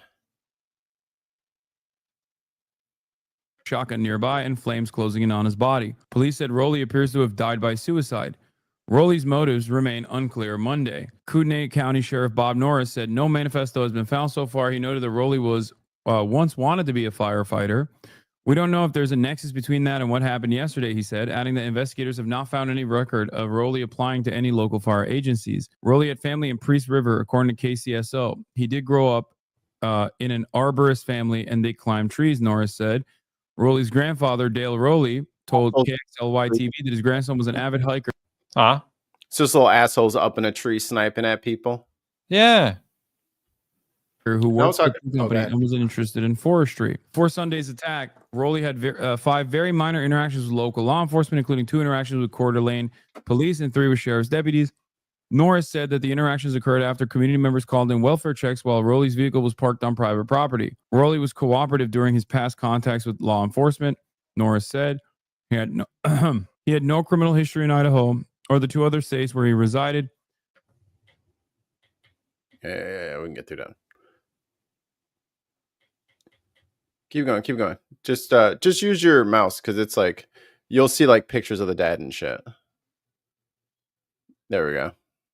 / working with in Idaho. Yeah. Coeur d'Alene, Idaho, Northern Idaho. Who was it again that made their base of operations for the past handful of decades? Is the Aryan Nation or Atomwaffen, right? Coeur d'Alene hate groups arrests extend North Idaho's long history with extremism. 31 members of the white nationalist group were arrested in Coeur d'Alene. Members of the Patriot Front, a group described by the Southern Poverty Law Center, described as a white national. Here, pause it real quick. Patriot Front. Where have we heard that name before? January 6th. It's giving very January 6th. Those are the U-Haul guys with the shields, right? Yes. Yeah. And he's one of fucking them, dude. Like, what are we fucking talking about? It's political violence. They're fucking domestic fucking terrorists. Everybody else on the fucking internet knows who they are. Cash Patel. Where's the hammer? Yeah. They're round them up and send them to fucking El Salvador. Yeah. They're literally extremists. They've committed political violence on more than one occasion. Yep. How come they're not being fucking rounded up for being a hate group or a terrorist group? No, or a fucking unregulated militia. No, we got to go after the fucking the girl with the hijab who is typing a blog. Yeah. Co-authored an op-ed piece. That's who we need to go after. That's who we need to send multiple agents after. Yeah. Meanwhile, this dumb bitch is baiting out firefighters to snipe at them from trees. Right. And these people are emboldened by the actions of the president and his cabinet because they don't care. They're like, whatever. Yeah, members of the Patriot Front, a group, the Southern Poverty Law Center, described as a white nationalist hate group, were arrested downtown near a Pride in the Park event when police pulled over a U-Haul truck and found the members inside with riot gear and at least 1 smoke grenade. Yeah. These guys are given carte blanche to do whatever they want to do. Yep. Now, it's different, I suppose, if they're organizing to protest and stuff like that, but these guys are going out there to cause people harm. They're not peacefully assembling. I mean, if I have a fucking air freshener dangling from my rear view mirror, I can get pulled over for a driving violation. That's against the rules. You're not allowed to do that. You're also not allowed to put human beings inside of a U-Haul. That's a huge fucking violation. And if you're showing up somewhere with riot gear and 1 smoke grenade, you're planning on shit going down, right? You're planning on it. Yeah. Did they have zip ties on them too, so they can kidnap people? Right. It's just these extremist groups like fucking Patriot Front or the Proud Boys or the 3%ers or the Oath Keepers, whatever they want to call themselves, they are a problem. They are extremist groups. If only the DOJ had written a memo warning everybody about domestic fucking terrorists. Where's the Attorney General, Pam Bondi? She's busy. She's busy. They're not going to get her, so she doesn't care. No. Well, they might. They're not very good shots. Hate group were arrested downtown near a Pride in the Park event when the police pulled U-Haul truck and found members. Jesus Christ! Stop talking through your yawn. There's been a lot of Nazis in Idaho. There still are a lot of Nazis in Idaho. This type of no, that's a Roman salute. Wait a minute. The Anti-Defamation League weighed in, describing the motion as an awkward gesture, not a Nazi salute. It's a Roman salute. Is the anniversary of the Aryan Inferno when firefighters burned down the Aryan Nation Security House as a training exercise following the demolition activist Greg Carr built the Human Rights Education Institute on the grounds of the neo-Nazi compound. But that was in 2001. Like, this kid wasn't even alive at that point. Do you understand why I said this doesn't make sense as a reason unless someone else was involved? Do you see what I'm saying? So I don't know. Something about it just makes no sense. But yeah, of course, predictably. Yo, he got way too many tabs open on his computer. Look at all the tabs open on that computer. It's disgusting. I can't even, like, it makes my heart ache when I look up there. I'm like, oh. Like, brother has a 4090, like an NVIDIA 4090 card just for all his tabs. He could run like Call of Duty at 250 frames per second or manage all those tabs. One of the two. Yeah, so lots of Nazis in Idaho, apparently. I will say it again. White people, get it together. Yeah, like what's going on out there in Idaho, man? Get it together. They just think that they can do whatever they want. I mean, they can. Who's going to stop them? Local cops? Open the door, get on the floor. Everybody's in El Salvador.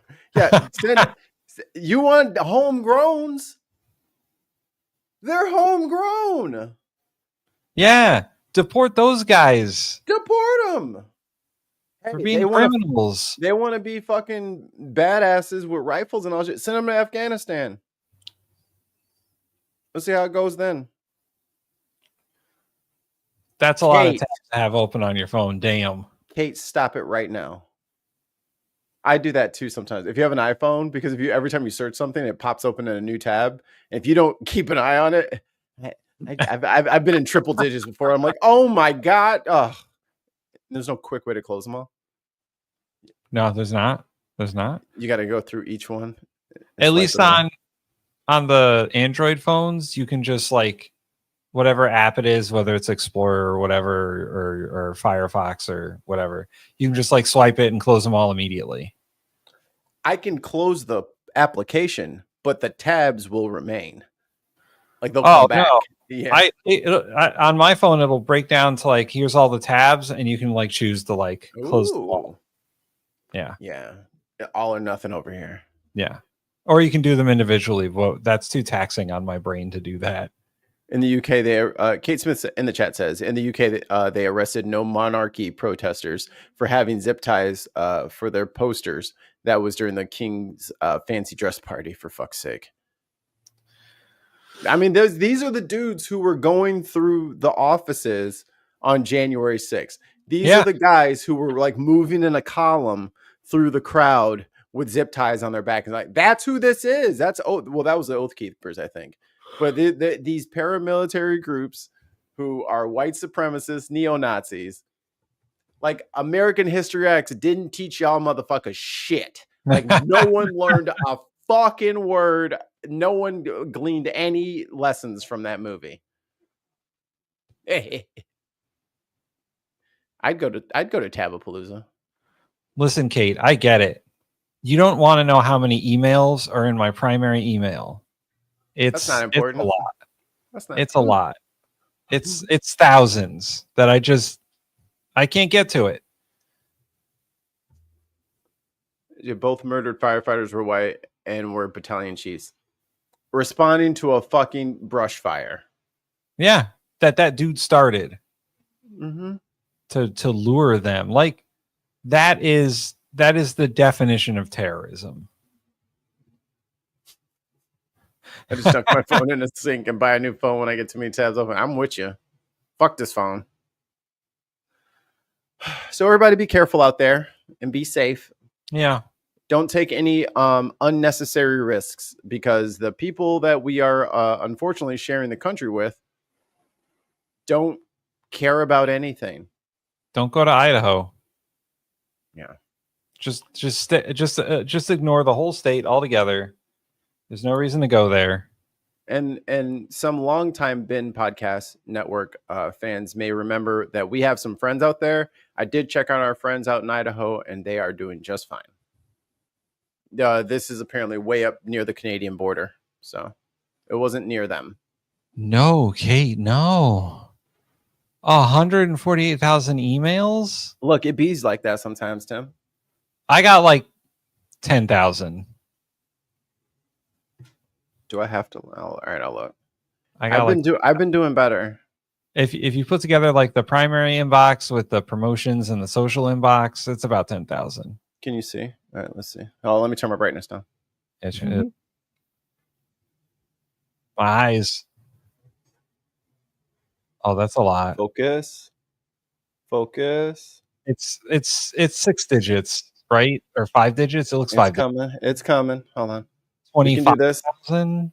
We can do this. All right, there it is. Oh, I can see 26,000. 28,776. Damn. It just bees like that sometimes. It can't be. Oh, and some of us are functioning adults, I guess. Whatever. Listen, Look, people stress me out when they send me emails that I don't want, and then I close it. I have what they call executive dysfunction, and yes, I don't look at the emails. The toe queen. We need to get a hold of her. Lindsay. Do you remember Lindsay? Did you ever meet Lindsay? I remember Lindsay. Yeah. Lindsay's up there too. I have not checked on her. I should check on her. But she's not a firefighter. Love that guy. Yep. Mark as read. Yes. Or just like look at them and don't even like delete them. That's what happens. You look at the email and you're like, all right, I've read this. And then you just move on. That's how my brain works. My email functions exactly like my brain functions. I can manage a certain amount of it with like the filter function on Gmail, where you like filter out all the crap. Like if let's say my bank sends me 1 million emails, I can just be like, all right, all the emails from this bank, delete. Or Twitch. Every time I would go live, or any of the people that I'm sub to would go live, I'd get an email about it. I'm like, what is this? Oh my God. Yeah. YouTube, Twitch. Facebook is the worst. Facebook ruined my email. That's what it was. Yeah. Facebook and Twitch ruined my email. That's why I had to fucking ban Twitch from like my inbox. Oh, no, it's called OCD. I hate chaos. Everything needs to be in its allocated place. I wish the world worked like that, but yeah. My brain just doesn't. Confirm the extra 4 points to qualify for PIP has been removed from the bill. Woohoo! Air horn. What is PIP for those of us who don't know? I think it's like disability. Oh, okay.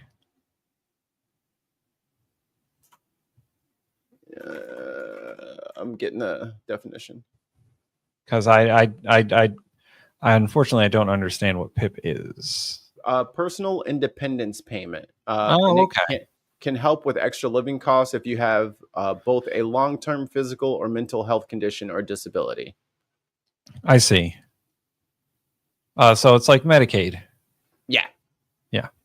Like Medicaid. Which, hey, our government's going to cut because they don't care about people. No. They only care about billionaires getting tax breaks. Personal independence payment. Personal independence payments. Personal All right. payments. All right. Geez, Personal guys. payments. I get Personal it. payments. God. Yeah.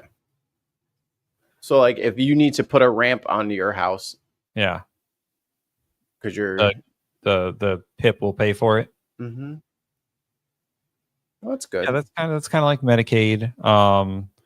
In America, we have this weird thing called like fucking insurance for everything. So like Aflac will also do that, but you have to have like Aflac insurance if you get like disabled. I have a friend who used to like sell Aflac insurance to businesses about that kind of shit.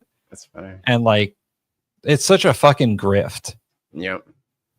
Christy in the chat says you can get up to 700 pounds a month, but it is extremely hard to get awarded the full amount. Is there a work requirement? That's my question. Is that one of the pillars? Is that one? Because like the GOP is trying to strap all these work requirements onto Medicaid for people who like they're on Medicaid because they can't work, or like they're already working but it's low income, and like you're putting all these requirements on people that they have to like be looking for a job or volunteer for like 80 hours a month or whatever, and like they have lives. No work. Yeah, well, in America, you have work requirements to get food stamps and to get Medicaid. And they're going to cut the funds for SNAP now.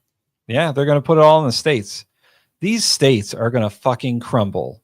Yep. These southern states who don't have any money are going to fucking crumble. No, they're never going to turn on Trump is what I was told over and over again. They're never going to turn on Trump. I'm like, okay. That's fine. They cannot, but their budgets are going to fucking balloon. Yeah. And they're not going to be able to, and unlike the federal government, state governments have to balance their budgets. Or their asses are gone. Yeah. Or everything slows to a stop. Yeah. Until that budget goes through. Because you can't move. You can't do anything. You need insurance. You need payroll. You need a budget. I guarantee you, once these states can't make their fucking budgets, there's going to be a problem. The Alabamas and the Mississippis of the world and the fucking states that can't afford to do any of this stuff because they don't have the income. I mean, look at Kansas. Yeah. Kansas just went through this, what was that, 2011 or whatever it was, where they're like, we're going to get rid of all the taxes. And then the companies are just going to shower us with wealth. And they had to pull that back so fast. They're still digging out of that hole. Yeah. They're like, we're going to let the corporations run wild. They'll do the right thing. None of them did the right thing. Connecticut has a very large unpaid state worker pension that they've been slowly chipping away at. And we've had to raise taxes because governors for like 30 years were kicking the can down the road. And the only reason that we got out of it was the state COVID payments. And I mean, we're still in it, but we're actually making payments now. But like, we had to balance the budget. So taxes had to change. And I don't understand. Yeah, go ahead. Less money went to schools, like that kind of shit. Like it never ceases to amaze me because Illinois has a very similar problem where people were abusing the pension system to get more than they ever really averaged while they were working. Yeah. So once they got in the 18, 20 years, whatever their statutory limit was, that last 90 or not 90 days, that last 18 months, overtime. And then that is when they did the average for what you would get compensated for in your pension. Oh, I see. So these dudes hustled the system so that they were getting, so now that they're retired, let's say they made 80 grand. Now they're going to get 110 grand a year for the rest of their lives. Right.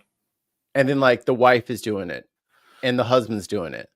And then they're telling their people. And then so we got like, I don't know, 10,000 workers sitting on their asses right now, retired at like 48. And now we're supposed to just pay them all this money for the next fucking 30, 40 years. Oh, Tim Ballum 5 British pounds. Mikey, watch not what? Let me close the door actually. Watch Not Just Bikes about housing Ponzi scheme. You will be shocked. I will watch that. But Yeah, they're going to put disaster relief on the states. They're going to put Medicaid on the states. They're going to put SNAP on the states. DOE. DOE, yeah. Most states can't handle all that. Very few states, in fact, can do all of that. Connecticut probably can't. We don't have like huge natural disasters, but there's a lot of people in Connecticut. Like, we don't have the budget to have Medicaid and education be entirely on the state. And all of these, Democratic hellholes with all these people in it, we can bear the load. Yeah. They do not have enough people to bear their load. They don't. It'll be like, an additional 15 grand per person. They don't have it. Whereas for us, it might be extra 600 or 700 per person. We can stomach that. They cannot stomach this. No. You're going to start seeing, state governments complaining that they don't have any money until they go into bankruptcy, I suppose, because the federal government's not going to help them out unless they do, and then they start picking and choosing the states they want to help. Right? With what money from the Fed? I don't know. They're fucking that up too. They're not getting any money in from everybody, especially when you want to throw tariffs on everything. And where's that money going? Like, if you want to change the structure, it's got to work. You can't go in with concepts of a fucking plan. Like, concepts of a plan does not get you to where you're gonna put it on the states, and then that's the state's problem, and now it's out of my hands. You are the federal fucking government. It doesn't matter if you say, well, it's your problem now. You're still going to have to deal with that state. You're still responsible for the citizens of the country in which you live in. You can't just blame it on them and be like, oh, well, you're on your own now. We've decided to close the door at Washington, D.C., and all the money stays in here. That's ours. Right. What are you talking about? If you bankrupt these states, good luck. I mean, maybe Zoran will be president. Maybe bankrupt the South, and I swear to you, it will be blue city up in this bitch. Yeah, I mean, a couple of years of the South not having any disaster relief is gonna be a problem. Yeah, just that alone, because hurricane season, tornado season, severe weather, blizzards. Hey, Texas gets another fucking blizzard. That's it for Texas, man. Blue states bear the load for the red states as it is. Yeah. I have no idea why he's trying to piss off New York. He's trying to piss off California. Now he's going after Chicago. Do you want nothing? Right. Because let's just say those three, New York, California, Illinois. Fine. We don't want any federal money, but we're also not sending any out. No federal tax. Don't worry about it, y'all. Just hang on to it because we're going to have to take care of shit ourselves. We would fucking love that. Our shit would go down. Yeah. It would be cheaper if we only had to take care of ourselves. And there are some states who are already saying that that's what we're not going to do. We're not going to pay our federal payments. We had to spend it on us. Sorry. Yeah. There was none left. You want to tell us what we can and can't do? Then maybe we don't, Imagine California not paying the federal government. Holy shit. Which state did you say? California. Yeah. The fucking light, they be having candles inside Congress. Yeah. Fucking electricity's getting shut the fuck off. Tons of my in the chat says Arkansas would float off into the ocean and become an island, but Louisiana won't move out of the way. God damn it, Louisiana. That's Mega Mike Johnson's fault. Rude ass Louisiana. Louisiana is one of those states that's going to fucking crumble, by the way. Yeah. They don't have the money. I mean, the Carolinas are not, they rely on tourism. Yeah. You're not going to get any American tourists if we're in a fucking recession.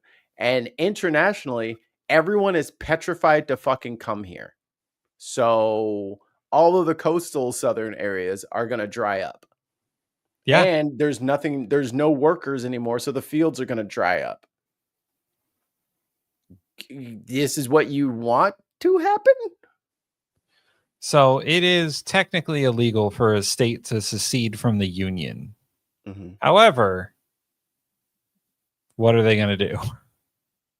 I'm not giving you the money. Yeah. So now what?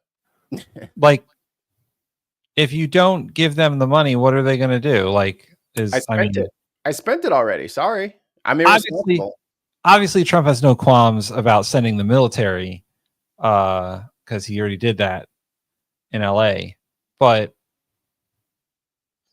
at some point, like, he's going to cause like serious problems for the states. I forget where it was. They just spent Trump and them just spent like 450 million for some sort of like detainment camp that he's like going to go talk at or something like that. 450 million. This is how they're saving you money. Yeah. Yeah. For like, here's the thing. Previous to Trump and his fucking SS goon squads running around the fucking neighborhoods, these people were in the country and it cost the American taxpayer nothing. Yeah. Actually, they had jobs and were paying tax, even though that they weren't going to get the benefits of it. So instead of just making them citizens and moving the fuck on, now you're not going to get shit. Now you're not going to get the tax money that they were bringing in. Their family and friends are not going to stay here. Everybody's leaving. Like, if y'all really think that this is going to get you to that goal that you like, I'm still trying to figure out what their goal is. Like, even if their goal is to have a completely pure driven snow white country where there's not enough white people to even have a country. And then the ones that would stay is even less than all of the total whites. So you'd have like, I don't know, 100 million people? You think you can manage with 100 million people? You think you're going to be able to keep the fucking, the power plants running, the Coca-Cola plants running? Like, what lifestyle do you think you're going to have if you get everything you want? There isn't one. No. This is just kicking over the monopoly board in very slow motion. And, going back to that dude who's self-deported, like, yeah, he was in the military. He obviously paid taxes. Yep. And except for a few incidents, he was a good citizen. And that dude is going to Korea and taking his money with him, essentially, right? Mm-hmm. The tax base is going to shrink. Because a lot of immigrants are taxpayers. Like, they have green cards or whatever, they're taxpayers.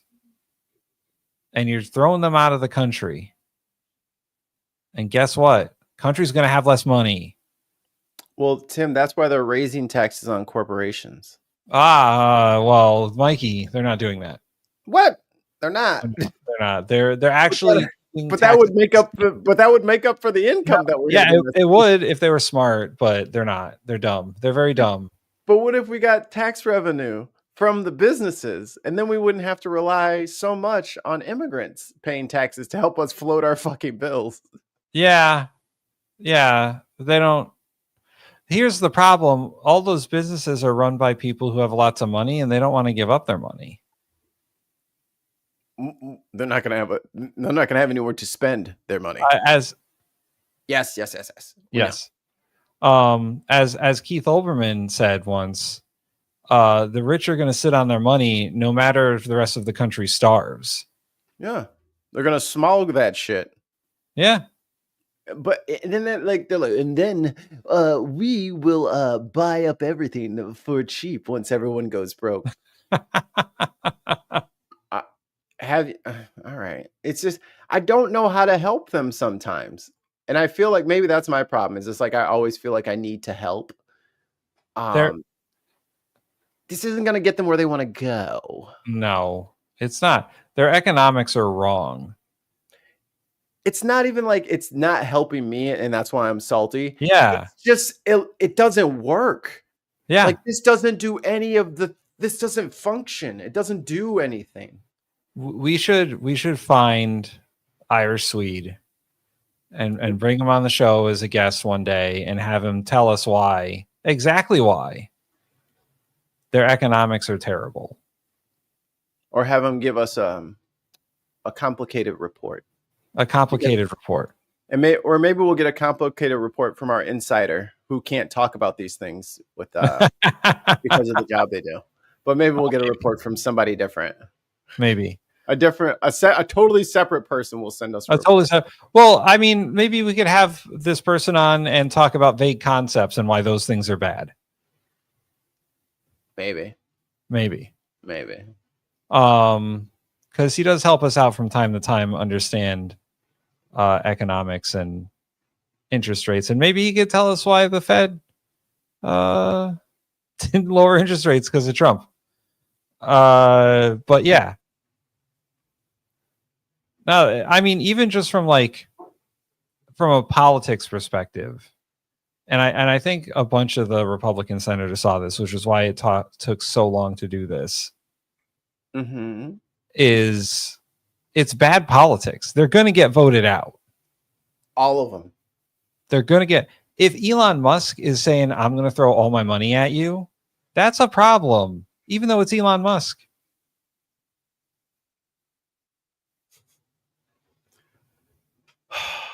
Lordy. What is Governor Newsom doing currently? What's going on here? Mr. Governor, what's your message to Governor Gavin Newsom inside of this facility? Well, the first thing you should do is come here and learn something, because they don't do that. You're real ugly. I don't know. They wouldn't know where to begin, and if they did, it would cost them 100 times more. Don't know. I have to respond by saying again. So I would say he should call the governor and Christie, and I'm sure you'd give him because his state is a disaster, and he doesn't do this. Well, they have the original Alcatraz, so you guys could approve him being able to set one of these up over there. I'm sure the secretary. Is that Ron DeSantis? My sense is he's probably not going to bite on that. Doesn't he look like Shemp? He does. He looks like Shemp from the Three Stooges. Ron Shemp grandson. Is he wearing those platform shoes still? Because he's a short guy. He's a little guy. He's a little guy. But I don't know that they'd be able to come in at cost because, they tried to do this high-speed rail. They spent like $150 billion, no tracks. We've got a privately funded rail in Florida from Miami to Orlando. It costs the taxpayers $0, and it's very successful. So it's just a much different approach. Is it high-speed rail, though, Ron? No, it's a chugga-chugga. Let him get anywhere near Alcatraz. Governor, what's the message? I give up. So put down your lists of countries in the comment section if you're watching this later. Which country should me and my wife move to? Ooh. I'm a heavy Japan favorite right now. Ooh. Japan's a good one. I think the wife and I are going to move to Ireland because it's peaceful there. But Japan is a strong second for me. I love it. I mean, and they have an island on the north called Hokkaido, which is seldomly traveled to, and not a lot of people live there because it's kind of rural. And they say, man, it's too cold. Man, I looked at that weather. I'm like, give me that shit. Give me that shit. I'll take that shit today. And I'm only like 45 minutes from fucking Tokyo. Oh, we good. Simply Secular Day says it's peaceful in Ireland. What happened to the IRA? That's Northern Ireland. I want to be in the Republic. So if you're Irish or you have like an Irish grandparent, you can get citizenship, right? Is it like that? Is it like that in Northern Ireland? It's different because Northern Ireland is part of the UK. Oh, so shit. Oh yeah, it's only slightly different though. I think the requirements are a little different, but yes, in the Republic, if you have a great grandparent that you can prove that your great grandparent is Irish, you can start the citizenship process. However, there's a lot more going on. It's complicated, unfortunately. Ireland is very expensive, housing especially. I just paid a crazy amount of money for this house at 7.25% interest. So I'm not concerned about housing affordability. and I've been to Ireland, and it is cheaper than here. I was about to say our market's so bad. I don't know if there's a lot of places that aren't going to look like a fucking bargain to us. I live in one of the most expensive states to live in Connecticut, and Ireland is just a bit cheaper than Connecticut is.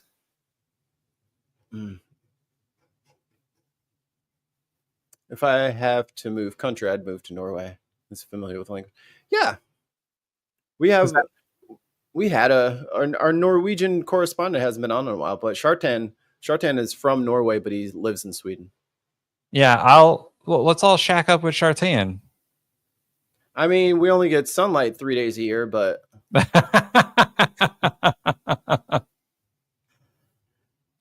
and while the temperatures in Chicago might beat out his temperatures, my like low of like -28 or something like I'd get in the winter, he would be at -20 for weeks.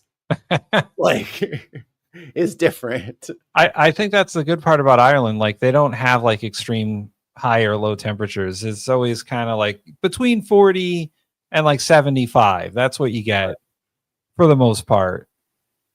They don't have extreme weather like we fucking have here. Like Connecticut a week ago was 110 degrees. And then the winter we could get to like -10 or -20. Like I don't want that. I can't hear you, Tim. I'm 550 feet above sea level right now. Which I never really put together because I'm like, Lake Michigan is at sea level. Wait, no, it's not. Oh my God, I'm up on a shelf. I'm up on a shelf. That's where Illinois is. We're up on a shelf. Looking down at the rest of you. Down at you. Tim Ballum says if you have Irish citizenship, you can live and work in the UK because of that they have that open border thing. Well, according to my genealogy thing, I have a Northern Irish grandparent. You just gotta file the paperwork. You know what I'm saying? But yo, let me in. Well, just listen, Europe. Open the door, governor. Just like there needs to be an American refugee program, I think. There should be a draft. Ooh, yeah. I might get here. It is bump. Oh, well, you know, let me hold on. Production. Dramatic production. That's my thing. Okay, go away. Okay, come back. Okay. I, Mikey Famine, declare myself for the 2026 American draft. So countries line up, and I will take your bids and offers. Who wants us? Who wants us? Yeah, right. We're out of here. Like, if they want to fucking starve to death, I say let them. Listen, I am a good worker, and I can say great. He said good. I can benefit your economy. Yes. I don't have a criminal past, so like that's good, and I don't take up a lot of space. Known for grilled cheese sandwiches. That could be a benefit, a perk, maybe. Or as you call them over there, toasties. Yeah. You want some? I mean, if the government needs some toasties, Tim will hook it up. Tim will. Hey, you got a big event coming. Just give him a flat top, and he'll take care of it. Yeah. He'll take care of it. Mikey, what are your qualifications for the draft? I'm very good at Ninja Turtles. I can. Well, I think they need our show. Over there. Yes. You know, you need some Americans that can really like break down how bad America is crumbling, but in your land. So we'll just, pay taxes over there and then talk about here. And then you got like, this is just helpful, Yeah. And I have a degree or two. Perhaps those could be of use to other countries. I have a 6-pack. There you go. That's got to count for something. Start an OnlyFans with that. I could do that If I need it, if that's what gets me into Japan or the UK, motherfucking, I'll explain it to Kira when she's older and she'll understand. Just don't click any of those links for the love of God. Just let me into your country. Just not here. This country is going to fall apart. It can't sustain this. It's not sustainable. And no matter as much as the progressives are screaming that you have to do your actual job, you can't just do whatever you want. What do we know? I would like for Kate to sponsor us. Oh, cool. That works. I'll do whatever. Anything. So maybe I'll save this for Thursday. On Thursday, we're going to talk about this cruise ship dad. Just a little teaser for you. There's a dad and a cruise ship, and Mikey's not happy. Oh, that place that Trump is touring, they're calling it Alligator Alcatraz. It's in Florida. There we go. Tim Ballum has a good idea. That's what I'm saying. We're Tim. We're journalists. Yeah. We need asylum. We're journalists being prosecuted. We're being persecuted by the Trump regime. Let us in. Let us in. Trump's after us. We have to go. You have to let us in. You hate Trump, right? Let us in. Let us in. Mikey, do you want to talk about food tomorrow? Okay. I got a good video. Oh, okay. Well, I don't. Do you want to do it the regular time or? Sure. All right. Ooh, in Hokkaido. So it's weird because I don't know what there's a lot of Ainu people up there, which are kind of like indigenous kind of. I don't know if they're from like a Mongolian kind of thing that came over, but they're their own people up there in the north. I don't know if they really dig American food, but McRibs. Fucking just like a tentacle McRib sandwich. A tentacle sandwich with barbecue sauce. You know, Mike, you could do like Japanese American fusion. I think they're very what's the word? Enthusiastic. Like you go into a massage place, or you go into a stationery shop, or you go anywhere they're like, hello, welcome to the store. Da, da, da, da, da, da. I'm here to tell you these are specials and da da da da da. And then they're just like, I hate myself. And then they keep it to themselves. But they do the big granted. So I'm trying to think what would be the American. So we'd have to do cheeseburgers. Yeah. Because they love cheeseburgers. Yeah. I was thinking the same thing. We could probably do a burger joint. Smash burgers. Just do fucking smash burgers. They would love that shit. Yeah. And then we could fucking hit it with a and then throw it on some soba noodles. That's a good idea. There you go. We could have a That's noodle. what I'm talking about. American noodles, baby. All right, now we're talking about food again, and boy, we're doing it. We're literally doing it. We're addicted to food, man. All right, so tomorrow we're going to talk about food. Tomorrow is food day. Tomorrow's food day.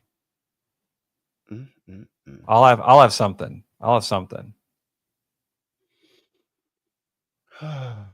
and good luck to the UK. I know you guys are under the heat dome. Oh yeah, the heat dome that we were under last week.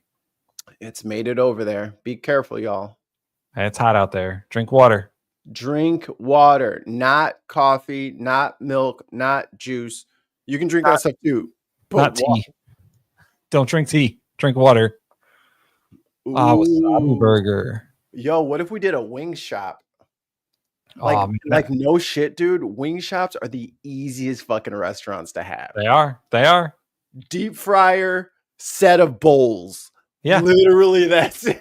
It's maybe a little prep station. Some French fries. We could fucking clean up. Yeah. And then our specialty is we take some noodles and we fry those. Oh man, the fried noodles are so good. All right, that's it. We have to leave. We have to go. We have to go because now I want food. What?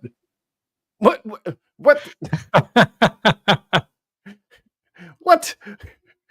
Trip, think of what you're saying before you don't. I do like your picture. I never realized that it was indie. Punching a Nazi. Punching a Nazi. That's how you're supposed to treat them. All right. Thank you guys. It's not a beautiful day, but it is another day.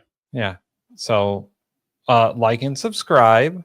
Now. Hey, become a member on YouTube. I mean you, all of y'all, and Mikey. Member on YouTube. Look, I think the Binsider one's like $1. $1.99, I believe. $1.99 to become a Binsider, and there's content coming out tomorrow at 10 a.m. Bonus content for members only. Oh yeah, and I got to put out the other thing we did. So become a member so you can watch it, because we talk about Gutfeld, and I know, but it's good. And like and subscribe and become a patron, because the same stuff goes on Patreon. And there's a free tier on Patreon, I think, maybe, or it's very. Yeah, you can go to the page and like see the stuff. Like we post it publicly, but bookmark the page. But yeah, the same stuff that gets posted on YouTube for members goes on to Patreon for patron subscribers. So it's just a little fun stuff that we do just for members. The pain we endure. The Gutfeld we endure. To the food. To the food. We love you. Bye. Goodbye.